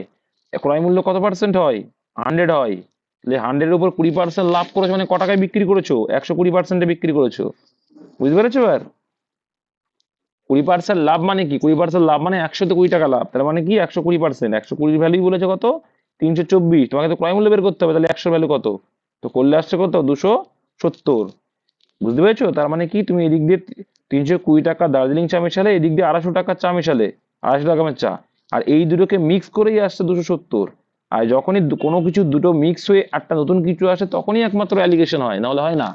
যেমন এই পায়ের ক্ষেত্রেও তাই করেছিলাম কিন্তু, যে কি 100টা পা ছিল, একটা 4 পেয়ে প্রাণী আছে, একটা 2 পেয়ে প্রাণী। তো আমরা ধরে নিচ্ছিলাম কি 100টায় 4 পেয়ে যদি প্রাণী ধরি তাহলে কটা হচ্ছিল? 400টা পা। আর এখানে 200টা পা হচ্ছিল, কিন্তু অঙ্কে বলেছিল কিন্তু 290টা পা। তাহলে একদিক দিয়ে 400টা পা, একদিকে 200টা পা, মিলিয়ে কত হচ্ছে? 290। ওই হিসাবে কিন্তু রেশিও আসলে প্রাণীদের, এটাও সেম। অ্যালিগেশন মানে একটার মান বেশি হবে, একটার মান কম হবে মিডিল মান থেকে। যাই হোক, তারপর দেখো 20 দাগ। কোনো মূলধনের 2 বছরের সরল সুদ ও চক্রবৃদ্ধি সুদ যথাক্রমে 8,400 টাকা এবং 8,652 টাকা। ঠিক আছে? তো 2 বছরে দেখো, তোমাদের একটা কথা বলি ভালো করে বুঝবে, যে কি টেবিল ফর্মেটে করছি, এটা ফার্স্ট ইয়ার, এটা সেকেন্ড ইয়ার। মাথায় রাখবে সরল সুদ প্রত্যেক বছর সেম হয়। তো 2 বছরে মোট সুদ কত হয়েছে? 8,400 টাকা। তাহলে প্রত্যেক বছরে কত? প্রত্যেক বছরে 4200 8400 টাকা হয়েছে 2 বছরে, তাহলে 1 বছরে 4200, তাহলে 4200 টাকা করে। এবার দেখো চক্রবৃদ্ধি সুদটা কতটা বেশি আছে। চক্রবৃদ্ধি সুদের ক্ষেত্রে প্রথম বছরে তো সুদের সুদ 0, কারণ প্রথম বছরে সুদ হবে তবেই তো দ্বিতীয় বছরে সুদ দেবে। এবার এখানে এই 252 টাকা এক্সট্রা পেয়েছে, কেন পেয়েছে? দ্বিতীয় বছরে গিয়ে দেখো 4200 টাকা তো পেয়েছে, সঙ্গে সঙ্গে এক্সট্রা আবার 252 টাকা পরের বছরে নিয়েছে। কেন নিয়েছে? কারণ এই যে প্রথম বছরে যে সুদ দেয় সুদেরও সুদ নেয়, তাকেই তো বলে চক্রবৃদ্ধি সুদ। তাহলে এবার পার্সেন্টেজ দেখো সোজা, তাহলে এই যে প্রথম বছরে 4200 টাকা হয়েছিল, তার উপরে 252 টাকা নিয়েছে। এবার যেহেতু শতকরাই চেয়েছে, তাহলে 100-এ যদি হতো তাহলে তখন তখন কত সুদ নিত? ব্যাস এইটুকু। কেটে গেল, কেটে গেল, এখানে কাটলে কত হচ্ছে? 6 হচ্ছে। অপশন ডি হয়ে যাবে কারেক্ট অ্যান্সার। ঠিক আছে, এটা অ্যান্সার হয়ে যাবে।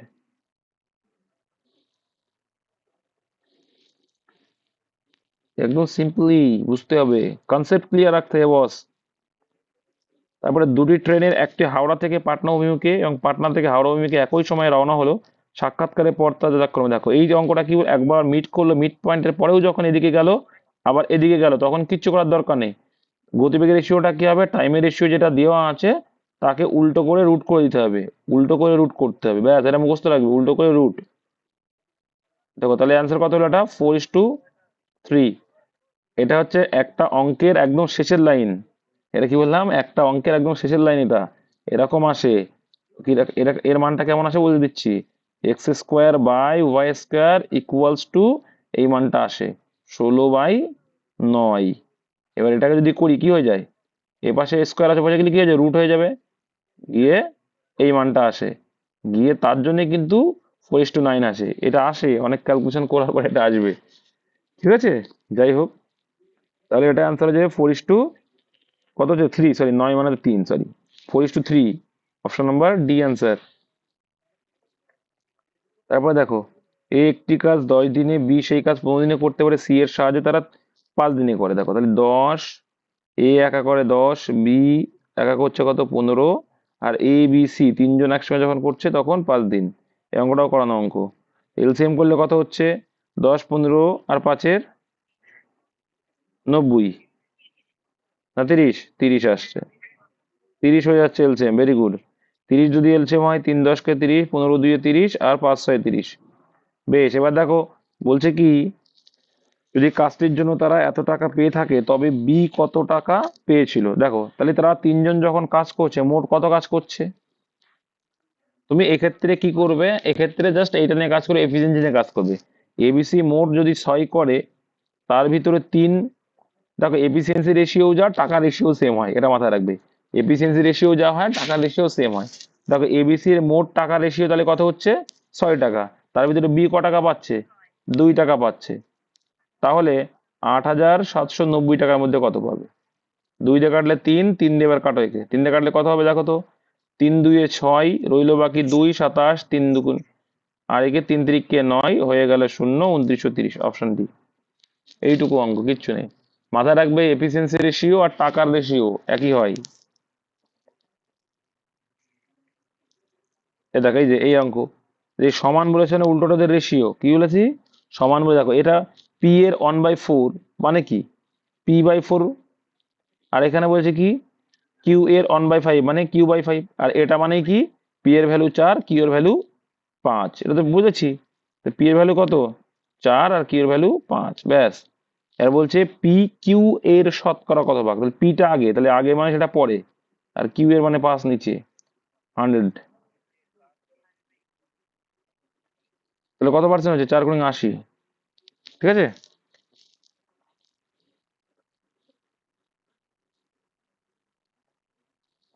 কয়লার মূল্য 25% বাড়লে কয়লার জন্য ব্যয় বৃদ্ধি করে গৃহস্থকে কয়লার ব্যবহার দেখো, দেখো 25% বাড়লে ফ্রাকশন ভ্যালু শিখে নাও। 25% মানে 25/100 কাটাকাটি করলে কত হয়, 1/4, 1/4, তাহলে 1/4 মানে কি, 4 আগে ছিল, এখন কিন্তু বাড়লো 1 টাকা, তাহলে দাম বেড়ে কত হলো, 5 টাকা।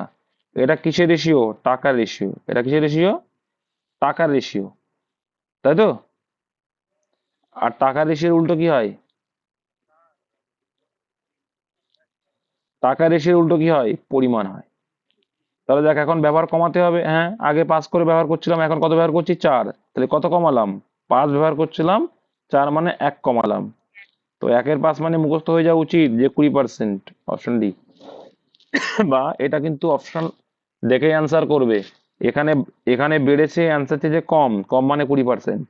আর যদি বলতে 25 আছে বেশি মান, তার মানে 33.1/3, সরি হ্যাঁ 33.1/3, এগুলো মুখস্থ হয়ে যাওয়া উচিত।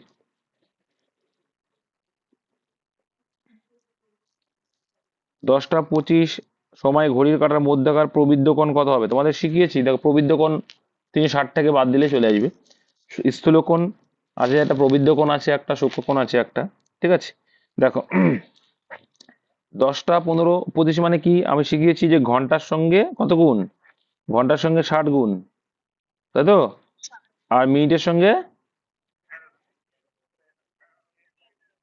11 গুণ, তাহলে গুণ করো, তাহলে এখানে কত আসছে, 600 আসছে, বাই 2 করবা ডিফারেন্স করে, আর এখানে কত আসছে, আর এখানে 275, এদের ডিফারেন্স করে 2 দিয়ে ভাগ, তাহলে ডিফারেন্স করলে কত আসছে,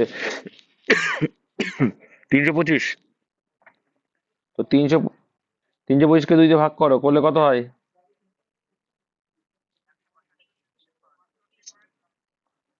100।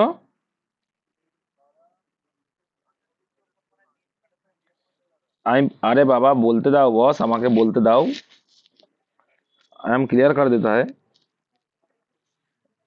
এটা এটু ক্লিয়ার তো, 162.5 হচ্ছে তো এটা।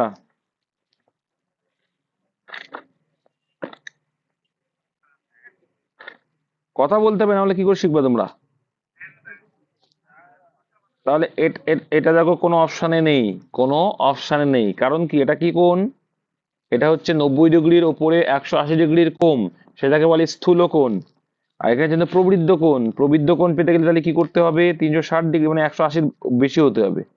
তাহলে দেখো, তাহলে আমার একটা ক্লক, একটা ঘড়ি কত ডিগ্রি হয় টোটাল, 360, 360-এর থেকে 162 বাদ দিয়ে দাও, তাহলে প্রবৃদ্ধ কোণ পেয়ে যাবা। এবার দেখো তোমাদের তাহলে 162 মানে প্রবৃদ্ধ কোণ যখন চাইছে, যখন তোমার দেখো আমি ক্লিয়ার করছি, প্রবৃদ্ধ বলে না, আমি বুঝিয়ে দিচ্ছি বিষয়টা। আমার এসেছিল কত, 162.5 মাইনাস করতে হবে।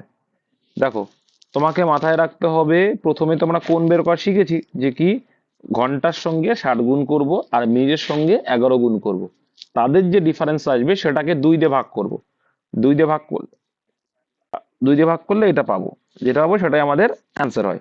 কিন্তু অপশানে আমার বলেছে কি প্রবৃদ্ধ কোণ, এবার আমাকে জানতে হবে কোণ কয় প্রকার, 3 প্রকার। একটা সূক্ষ্ম কোণ, সূক্ষ্ম কোণ কোনটা, বিলো 90 ডিগ্রি, 90 ডিগ্রির নিচের কোণটাকে বলে কি বলে, সূক্ষ্ম কোণ। আর 90 ডিগ্রি থেকে 180 ডিগ্রিকে বলে স্থূল কোণ, কি বলে, স্থূল কোণ বলবো। আর 180 থেকে 360 কত বলবো? প্রবৃদ্ধ কোণ। ক্লিয়ার করতে পারলাম? তাহলে এই তিনটে ক্লিয়ার। এইবার দেখো এখানে আমাকে 162 ডিগ্রি কিন্তু প্রবৃদ্ধ নয়।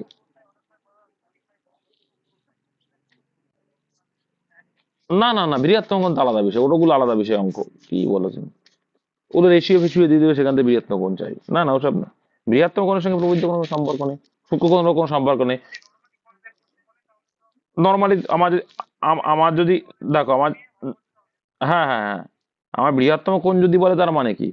তার মানে সবথেকে বড় কোণটা কোনটা? এবার যদি, হ্যাঁ, তুমি যদি এই অঙ্কের ক্ষেত্রে যদি তোমাকে যদি বলি যে এই ঘড়ির কাঁটার ক্ষেত্রে যদি বৃহত্তম কোণটা চাই, শোনো আমার কথা শেষ করতে দিতে হবে তবে তোমরা বলি, নাহলে কিন্তু বুঝতে পারবে না। আমাকে যদি এই অঙ্কটাই যদি বলে যে বৃহত্তম কোণ কত, তখনও কিন্তু আমার 360 ডিগ্রি থেকে বিয়োগ করতে হবে। কারণ কি, একটা জিনিস ভাববে যে কি তোমার এই কাঁটাটা 162.5 ডিগ্রি এই দিকে যদি হয়, তাহলে আমি যদি কোণটা এই দিকে ধরি তখন কিন্তু আমার বেশি হবে। বুঝতে পেরেছো? তো এটা আমার কোশ্চেনের উপর ডিপেন্ড করবে। আমার যদি কোশ্চেনটা এখানে, এখানেই আমি আনসার বেরিয়ে গেল 180-র উপরে, 180-র উপরে যখন চলে আসবে, তখন কিন্তু বৃহত্তম কোণটা নেবো। হ্যাঁ, একদিকে তুমি ঠিকই বলতে পারো যে প্রবৃদ্ধ কোণ, একদিকে ঠিকই বলতে পারো।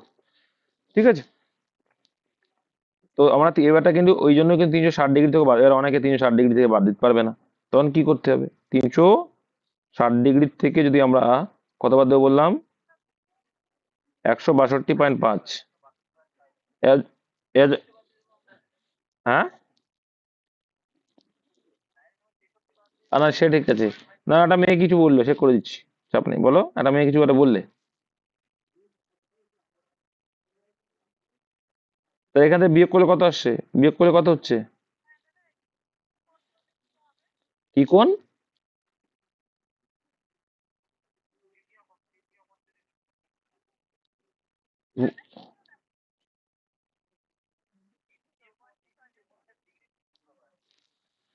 বৃত্তীয় কোণ?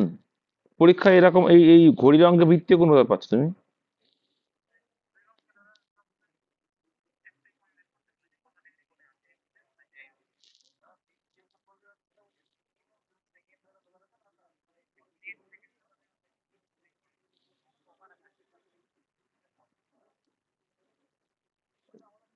যাই হোক, যদিও দেখো, তো এখানে প্রবৃদ্ধ কোণ দিয়েছে, বিয়োগ করলে কত আসছে দেখো।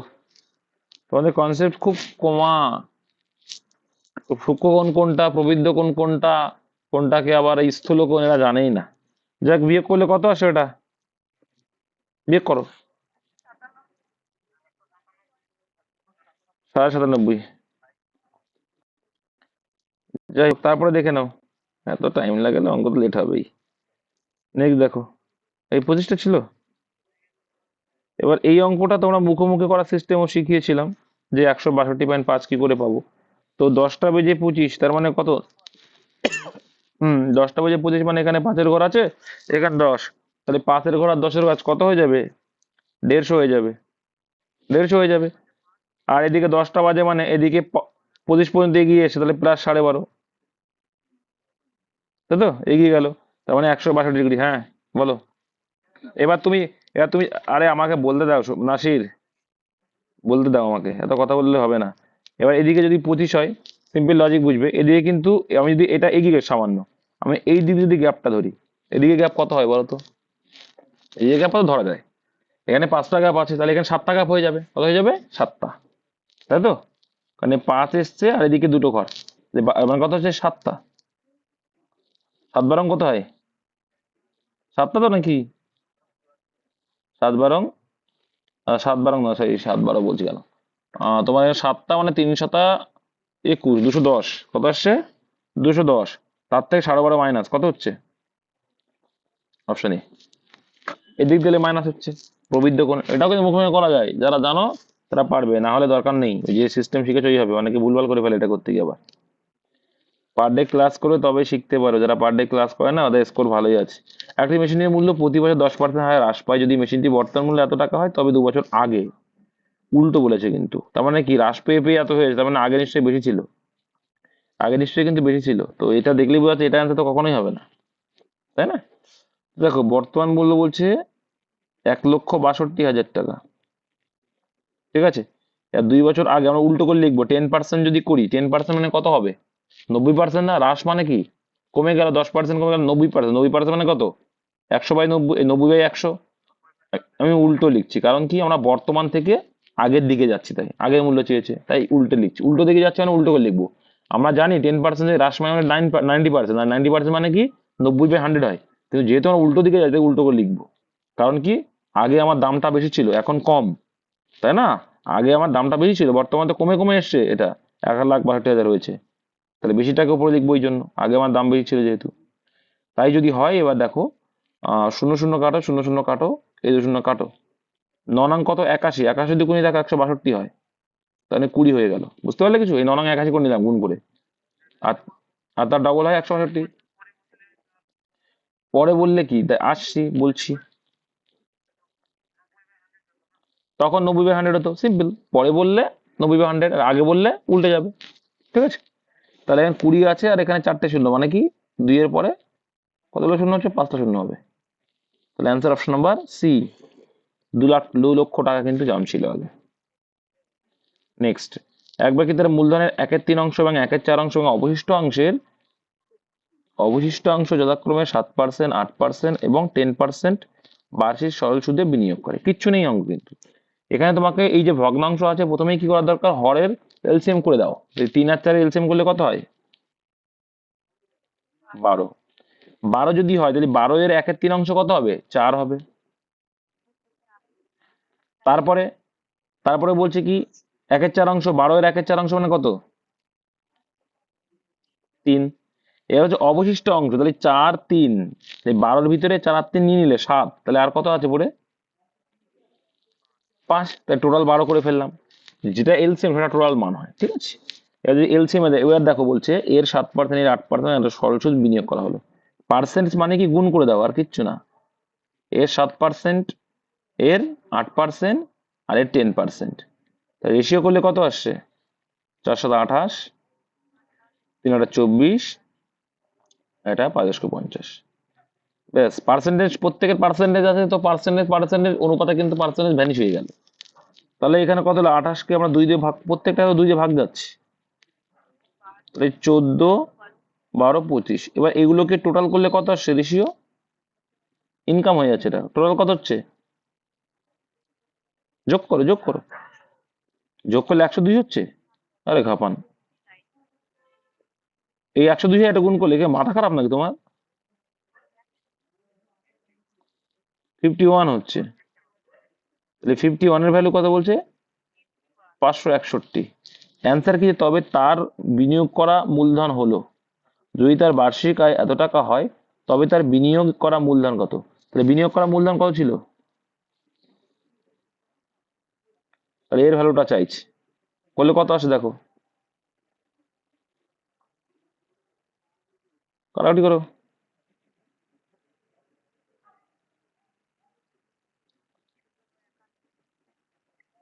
17 দিয়ে কাটো, 17 দিয়ে কাটলে কত হচ্ছে, 3×51, পড়ে রইলো কত, 5, আবার 3×51, তাই না? 33 × 4 করলে কত আসে,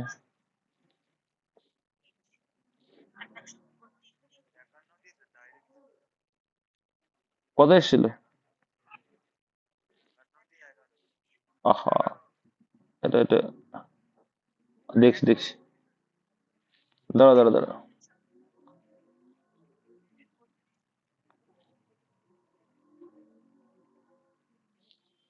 ওয়েট ওয়েট, কোথাও একটা ভুল করেছি মনে হচ্ছে। আচ্ছা, 51 কত গুণ এটা, হয়ে যাবে বলে দিচ্ছি। 51 কত গুণ এটা, 11 গুণ তো, আচ্ছা।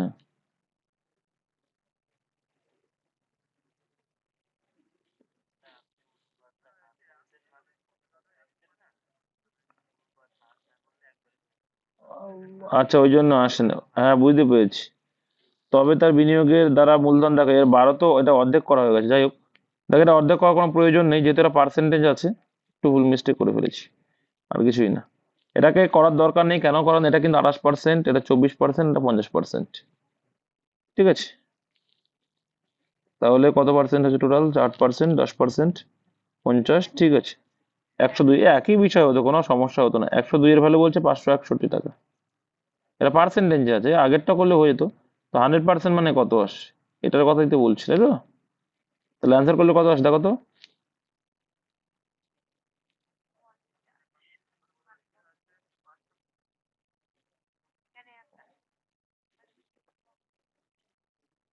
12 × 100 আসবে, কাটাকুটি করলে কত আসছে? আচ্ছা, এখানে 11 গুণ এসেছিল, তো ওটা করলেও হবে, তো হিসাব তো হবে, না হওয়ার তো কোনো জায়গা পাচ্ছি না। তাহলে 102। আচ্ছা, এখানে যদি তার বার্ষিক আয় এত টাকা হয়, তবে তার বিনিয়োগ করা মূলধন হলো, আচ্ছা, 102%-এর ভ্যালু বলছে তার বার্ষিক আয়। হুম।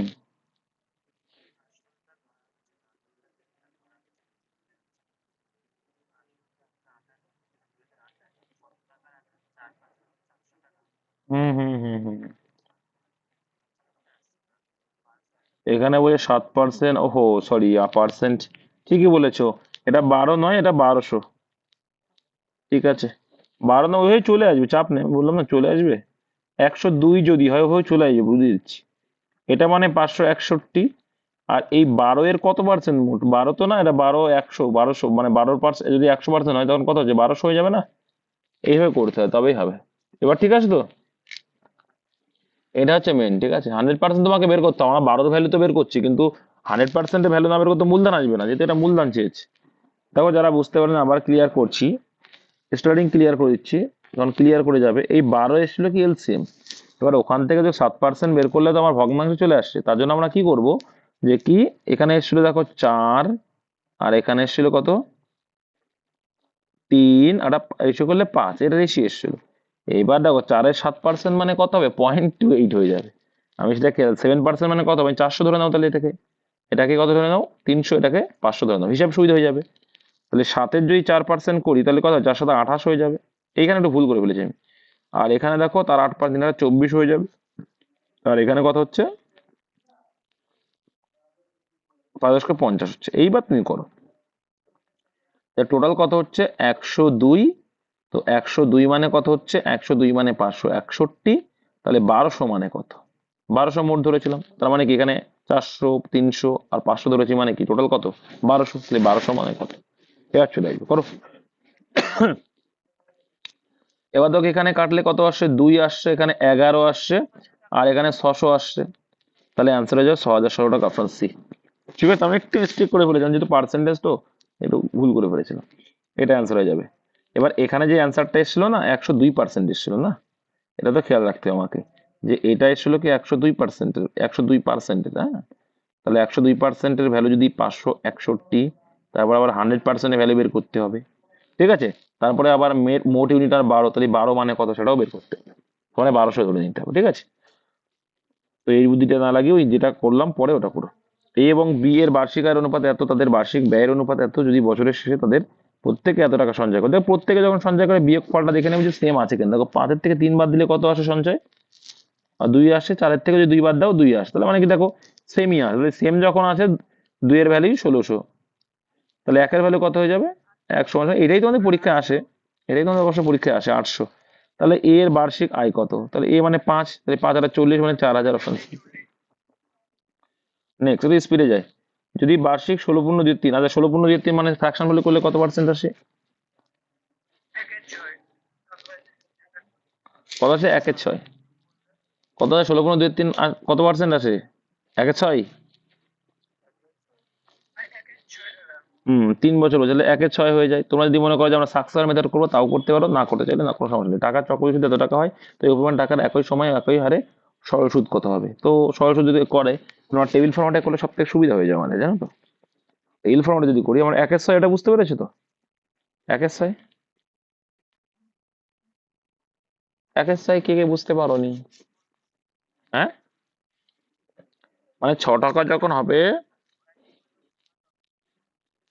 6 টাকা যখন হবে, আচ্ছা এটাকে 1/6 না হবে, অন্যভাবে তুমি করতে পারো, যে কি, সাকসেসর মেথড তুমি করতে পারো, যে 6 আর তার উপরে একটা সুদ মানে 7। তো এখানে দাও 3 বছর মানে কিউব করে দেবো, তাহলে 6-এর কিউব মানে কত হয়, 216, আর 7-এর কিউব মানে 43, 43। তো এদের ডিফারেন্সটাই, ডিফারেন্স কত, তাহলে 127, তাহলে 216 টাকা যখন আসল, তখন 343 টাকা চক্রবৃদ্ধি সুদ আসল। তাহলে 127, তাহলে কত গুণ? 127 কত গুণ বেশি? 10 গুণ বেশি। 10 গুণ বেশি চক্রবৃদ্ধি সুদ। ঠিক আছে, আমরা বলছি 127 টাকা চক্রবৃদ্ধি সুদ। দেখো এটা হচ্ছে আসল, এটা হয় সুদ আসল। সেখান থেকে যদি আমরা বাদ দিই তাহলে কি পেলাম? সুদ। তাহলে আমরা বলছি 107, এটা 8 টাকা শূন্য বেশি দিয়ে দাও। তাহলে 2160 টাকা হচ্ছে তোমার কি?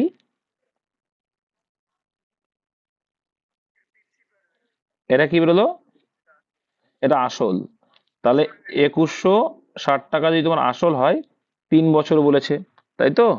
এবার 3 বছরে যদি ফ্রাকশন ভ্যালু করে আমরা কি করে ফেললাম মনে আছে তোমাদের? যাই হোক, তোমাদের তো, তো 1/6 এর সঙ্গে 1/6 প্রত্যেক বছরে, তাহলে 3 বছরে কত হবে? গুণ করে দাও, 3/6 হয়ে যাবে। এইভাবেই করতে হয় একদম। ফ্রাকশন শেখার মূল্যই এটা। ঠিক আছে, তাহলে এটা কাটলে কত হয়ে যাবে? 6 এর কিউব মানে কত? 36 হয়ে যাবে। 36 হবে তো নাকি? তাহলে অপশন এ আসছে। 336, 108, একটা শূন্য আছে, বুঝতে পেরেছো? তাহলে একই হারে সরল সুদ হবে 1080 টাকা। এবার এই অঙ্কটাকেই আমরা কিন্তু অন্যভাবেও করতে পারি। কিভাবে করতে পারি, চলে আসো। আচ্ছা, এখানে কত রয়েছে? 16.23%, তার মানে হয় কত? 50/300, তাই তো? 300, 50/300 তো। তাহলে 300 টাকা যদি আসল হয়, 50 টাকা করে আমার সুদ হয়, তাই তো? 300 টাকা যদি আমার আসল হয়, তাহলে সুদ হচ্ছে ক টাকা? 50 টাকা করে সুদ। যে প্রত্যেক বছরে যদি সরল সুদ 50 টাকা হয়, 50 টাকা হয়, 3 বছরে মনে করো 50 টাকা করে হলো। তো হিসেবে সোজাতে তুমি 8 টাকা করে শূন্য বাড়াই দিতে পারো। হিসেবে সুদের তার 8 টাকা করে শূন্য কিন্তু তোমরা বাড়িয়ে দিতে পারো। আমার মনে হয় সেটা করলে আরো তোমাদের বেটার হবে। তার 8 টাকা শূন্য বাড়িয়ে দাও। এখানে যখন বাড়ালাম, এখানে 8 টাকা শূন্য বাড়িয়ে দাও, তাহলে 500 টাকা করে হয়ে গেল প্রত্যেক বছরের সরল সুদ। যদি সেই 3,000 টাকা 16.3% মানে, ঠিক আছে। এর প্রথম বছরের সুদের সুদ 0। এবার এর আবার কত পার্সেন্ট বলেছে? 1/6% ধরে দাও, কত হবে তাহলে? পয়েন্ট আসছে না? তো পয়েন্ট আসবে, এসে তোমার একবার অ্যান্সার আসবে। ওই সাকসেস মেথড দেখালাম, এভাবেও করা যায়, ঠিক আছে। হ্যাঁ, একবার সব থেকে ভালো হয় 6 এর কিউব করে নাও, ঠিকই বলেছো। হুম, আমি করার কথা বলছি না, এইভাবেও কিন্তু করা যায় টেবিল ফরম্যাটে। সেটা শেখানোর চেষ্টা করছিলাম, কিন্তু এখানে যে পয়েন্টে আসছে আমার দরকার নেই। ওই যেটা আগে শেখালাম ওটাও করতে পারো, বা পরে আর একটা শেখালাম সেটাও বের করতে পারো, সাকসেস মেথডও করতে পারো। হুম হুম, আমাকে এবার বুঝতে হবে কোনটাতে আমি টেবিল ফরম্যাট লাগাবো, কোনটাতে আমি সাকসেস লাগাবো। তোমাকে অঙ্কের উপর ডিপেন্ড করে। এই জন্য প্র্যাকটিস দরকার। এবার বলছে একটা লাইব্রেরিতে প্রতি রবিবার গড়ে 510 জনের বই আগমন হয় এবং সপ্তাহের অন্যান্য দিনে গড়ে 240 জনের আগমন হয়। রবিবার দিয়ে শুরু এমন একটি মাসে। আচ্ছা, আমি বলেছিলাম তোমাদের মনে আছে যে প্রত্যেক যে বারটা প্রথম দিন আসে সেই বারটা কতদিন আসবে সেটা দেখো। 1 তারিখ কি রবিবার? 1 তারিখ যদি রবিবার হয়, দেখো 28 তারিখে আবার কি আর কি বার আসবে? 29 তারিখ, 29, 30, আর কখনো কখনো 31শে মার্চ যদি হয় তাহলে এগুলো রিপিট হবে। তাই রবিবার আর সোমবার কিন্তু রিপিট এখানে। 30শে মার্চ যদি ধরি, রবিবার আর সোমবার কিন্তু রিপিট হলো। তো এখানে রবিবারটা নিয়ে কাজ, তাহলে 5 বার কিন্তু আসবে এইগুলো, রবিবার আর সোমবার। তো এখানে রবিবার তো 5 বার আসবে। ওই যে একটা লাইব্রেরিতে প্রতি রবিবার গড়ে 510 জন। আচ্ছা, 510 জন গড়ে আসলো। তো সেই মাসে কটা আসলো দেখো, রবিবার দিয়ে শুরু মানে কটা আসবে এটা? 5টা। তাহলে 5 গুণ 510 কত হয়? গুণ করো। আর বাকি আছে 25 দিন, আর প্রত্যেক দিন 240টা করে আসে, কত হয়? কত আছে? যোগ, গুণ করো, গুণ করো, গুণ করো। 2550 আর একটা 6,000, তা টোটাল 30 দিনে কত হলো? যোগ করো, যোগ করো। 8,550। আর শূন্য শূন্য কেটে গেল, 3 দিকে গড় চেয়েছে। 30 দিনে গড় চেয়েছে, গড় মানে কি মোট মান বাই সংখ্যা। 285, অপশন ডি। শীতকালে মশা লাগছে, বুঝতে পারছো, ছাদের উপরে। দুনিয়া উল্টে যাবে। তারপরে কোনো পরিমাণ টাকা চক্রবৃদ্ধি সুদে রাখলে 5 বছরে দ্বিগুণ হয়, ওই একই পরিমাণ টাকা ওই একই চক্রবৃদ্ধি সুদের হারে 8 গুণ হবে কত? কিচ্ছু নেই, অঙ্ক সোজা অঙ্ক। তো 5 বছরে দ্বিগুণ হয় বলেছে, তুমি 1 টাকা ছিল, ভালো করে অঙ্ক বোঝার চেষ্টা করবা, ঠিক আছে। বলছে 1 টাকা ছিল, তুমি দ্বিগুণ হয়েছে মানে 2 টাকা হয়েছে। কত বছর এটা?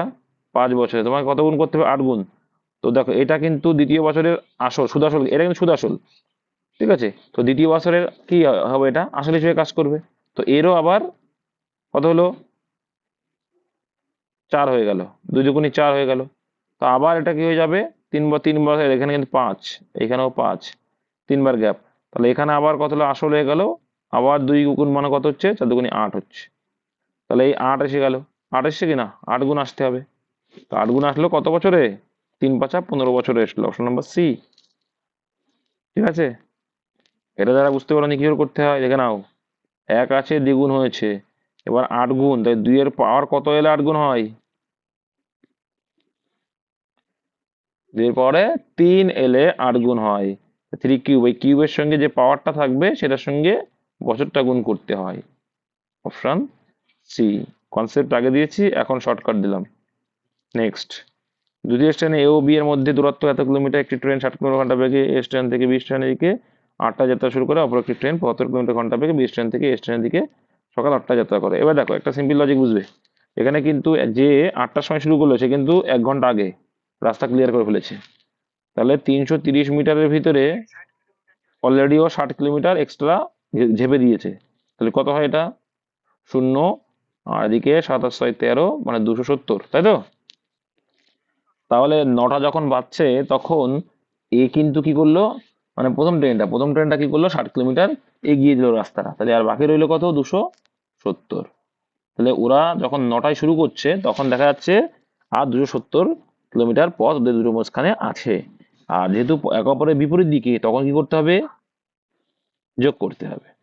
তাহলে এবার দেখো এখানে অ্যান্সার দেখো, রিলেটিভ স্পিড যোগ করো, তাহলে 60 কিলোমিটার আর 75 যোগ করলে কত হয়, 135 কিলোমিটার। ঠিক আছে, তো তাহলে এবার 2 ঘন্টা ভাগ করলে কত হয়, 135 দুগুনি 270 হয়, তাহলে 2 ঘন্টা লাগলো। তাহলে 9টায় যাত্রা শুরু করলো আর 2 ঘন্টা লাগলো, মানে 11টায় শেষ হলো, সকাল 11টা। ঠিক আছে, নেক্সট, 6 বছর আগে অজয়ের বিয়ে হয়, ভালো কথা। তার বর্তমান বয়স বিয়ের সময়ের বয়সের 5-এর 4 গুণ। আচ্ছা, অজয়ের বিয়ের সময় অজয়ের বোন অজয়ের চেয়ে 5 বছরের ছোট ছিল। একটা জিনিস বোঝো, যখনই ছোট থাক না কেন, সে বিয়ের সময় হোক যখনই হোক, ছোট কিন্তু সে 5 বছরই থাকবে, তাই তো। যখন জন্মেছিল তখন থেকে 5 বছরের ছোট, বিয়ের সময় বলো মরার সময় সে 5 বছরই ছোট থাকবে। বা 10 বছর পরে মরে যাও তাও বলে 5 বছর আগে ডিফারেন্স থাকবে, থেকেই যাবে।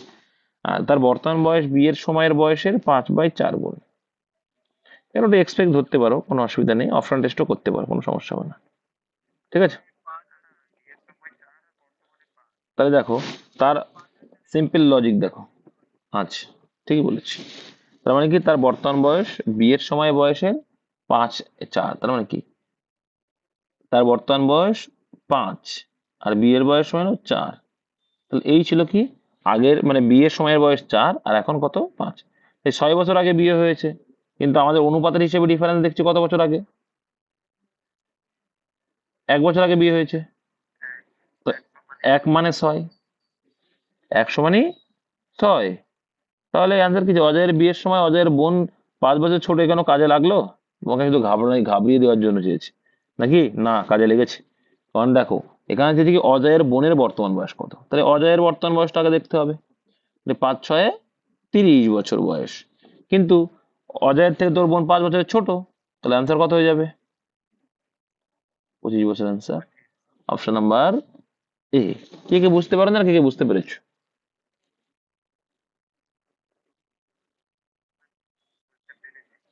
পারা উচিত তো।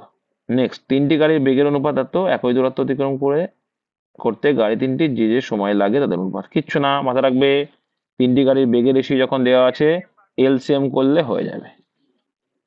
দেখো তো, 5, 4, 6, এলসিএম করলে কত হয়, এলসিএম করলে কত হয়, এটা হলো স্পিড। এলসিএম করলে কত হয় বলো, 5, 4 আর 60, 60 হয়। তাই 60 যদি হয়, তাহলে 5, 12, 60, 4, 15, 60, 6, 10 × 60। ঠিক আছে, তো স্পিডে মাথায় রাখবে, এলসিএম করলে স্পিডের উল্টো কি আসে, টাইম আসবে। ঠিক আছে, যেমন সময়ের উল্টো এফিসিয়েন্সি আসছিল। সিমিলারলি 12, 15 আর 10 কোথায় আছে, 12, 15, 10, অপশন নাম্বার ডিতে রয়েছে। দুইটি সংখ্যা এ এবং বি এমন যে এ এর 5%, বি এর এত পার্সেন্টের যোগফল এ এর 6% এবং বি এর এত পার্সেন্ট যোগফলের 2/3। দেখো এখানে যোগফল সমান টমান কিছু বলিনি, তার জন্য কিছু করতে পারলাম না, তাই লিখতে হবে। দেখো ঠিক আছে, দেখো তাহলে কি এ এর 5%, তাহলে এ এর 5% মানে এ এর 5%, তো ডাইরেক্ট লিখে দাও 5a, লিখে দাও না। সবার দেখো পার্সেন্টেজ আছে, তাহলে আমার পার্সেন্টেজ আর লিখছে না, ঠিক আছে, কারণ কেটে যায় পার্সেন্টেজ। এ এর 5% এবং বি এর 4%, মানে 4b লিখে দিলাম। এর যোগফল কি বলছে, এর আচ্ছা সমান সমান এ এর 6%, মানে 6a এবং বি এর, কেটে কেটে যাচ্ছে, একটু শোনার চেষ্টা করে কেটে কুটে, এর যোগফলের 2/3।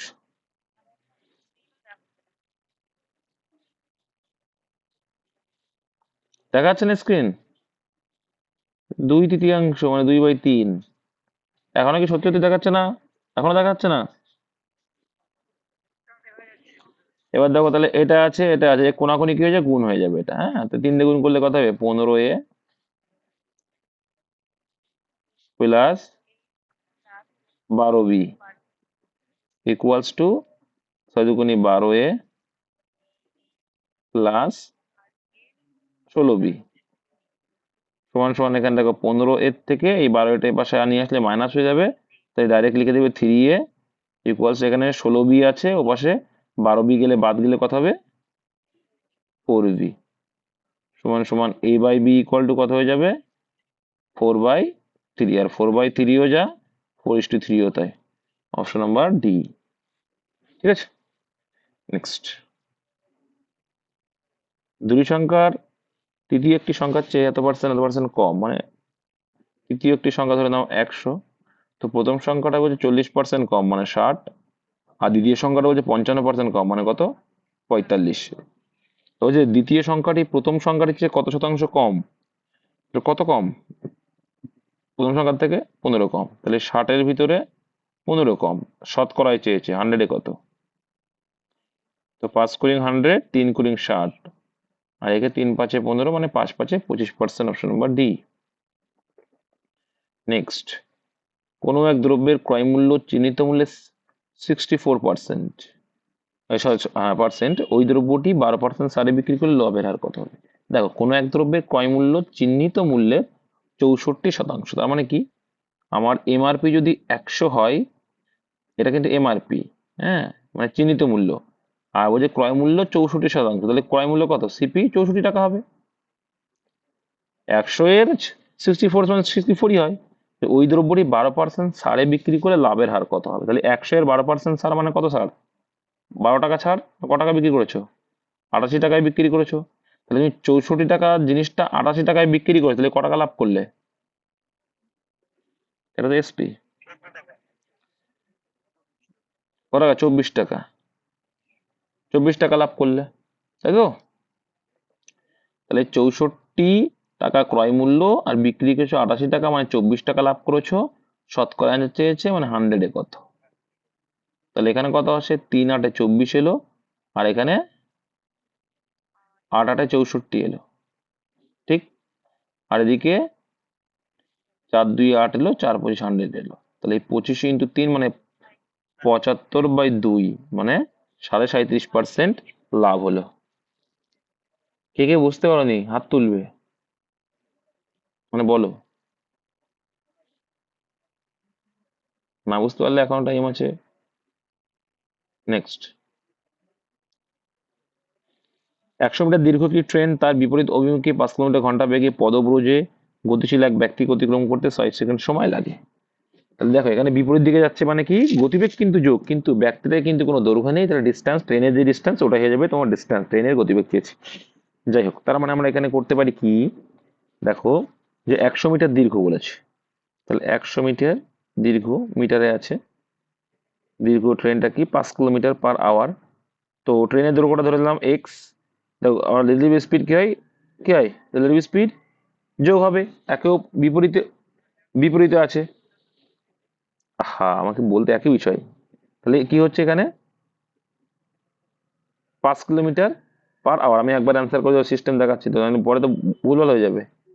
দেখে নাও, তো এটা কি আসবে, রিলেটিভ স্পিড আসবে। এটা কি আসলো, মিটার পার, এটা কিন্তু কিলোমিটার পার আওয়ার ছিল, কিন্তু এটা মিটার পার সেকেন্ড। এখানে করে দেবো কি তাহলে, 5/18, তো উপরে 18 গুণ করে দাও। ক্লিয়ার হলো?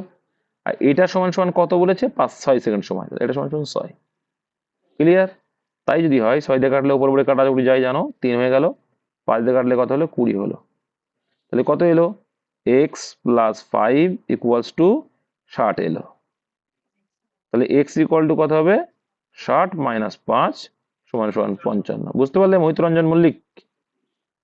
Option number D. এবার অনেকে ভুল করে, এবার এটা দেখো মুখোমুখি করার সিস্টেমও জানতে হবে। কি করে দেখে নাও, 100 মিটার দীর্ঘ, এটা কি আছে, ডিস্টেন্স আছে, মানে রিলেটিভ ডিস্টেন্স, মোট ডিস্টেন্স কিন্তু 100ই হবে, কারণ ব্যক্তিটা কোনো দৈর্ঘ্য নেই। কিন্তু যখন অভিমুখে যাচ্ছে তখন টোটাল সময় লেগেছে কত, 6 সেকেন্ড। তাহলে আমরা ডিস্টেন্সকে যখন টাইম দিয়ে ভাগ করবো কি পাবো, স্পিড পাবো। এখানে কিন্তু রিলেটিভ স্পিড পাবো। তো 6 দিয়ে, এবার রিলেটিভ স্পিড যদি পাই, এখানে কিন্তু মিটারে ছিল, 100 মিটার এটা, তো মিটার পার সেকেন্ড রয়েছে, তাহলে আমাকে 6 সেকেন্ড রয়েছে, এটাও কিন্তু মিটার পার সেকেন্ডেই আসছে, কিন্তু আমাকে অ্যান্সার আনতে হবে কি, কিলোমিটার পার আওয়ারে। তাহলে আমি 18/5 দিয়ে গুণ করলে কিন্তু কিলোমিটার পার আওয়ার পেয়ে যাবো। হুম, 318 হয়ে যাবে, আর এদিকে 20, 60। এই 60 কিলোমিটার পার আওয়ার, এই 60 কিলোমিটার পার আওয়ার কিন্তু কি এলো, রিলেটিভ স্পিড। কি, রিলেটিভ স্পিড, মানে দুজনের যোগফল, মানে ট্রেন প্লাস এদিকে ব্যক্তিটা হচ্ছে 5, এইটার সমান সমান কত, যেটা আমি পরে করলাম, এটা সমান সমান কত, 60। তাই শুধু ট্রেনের স্পিড কত হয়ে যাবে, 55 হয়ে যাবে। যেটা মোহিত রঞ্জন বলছিল একটু দেখালে ভালো হতো, তাই দেখিয়ে দিলাম, মানে ও জানে যদিও বা। দেখি দেখে নাও, দুটি সংখ্যার লসাগু 60 এবং তাদের অনুপাত এত, ওই সংখ্যার যোগফল। সিমিলারলি একই রকম করে আসলাম, তাহলে এই দুটো অনুপাত, এই ধরে নাও দুটো সংখ্যা, তাহলে এদের এলসিএম কত হয়, 12 হয়। তাহলে অনুপাতের এলসিএম 12, কিন্তু অ্যাকচুয়াল এলসিএম কত, 60। তাহলে অনুপাতের থেকে কত গুণ বেশি অ্যাকচুয়ালটা, 5 গুণ বেশি। তাহলে এখানে তাহলে যোগফল কত হচ্ছে, 4 আর 3 7। তাহলে দুইটি যোগফল যে 7, কিন্তু অ্যাকচুয়ালটা পেতে গেলে তো 5 গুণ করতে হবে। তাহলে 5 গুণ করে দাও, 5 সাথে, অপশন বি 35। নেক্সট দেখে নাও, আর আছে নেই। থ্যাংক ইউ ফর ওয়াচিং, এই পর্যন্ত ছিল অঙ্ক ম্যাথ।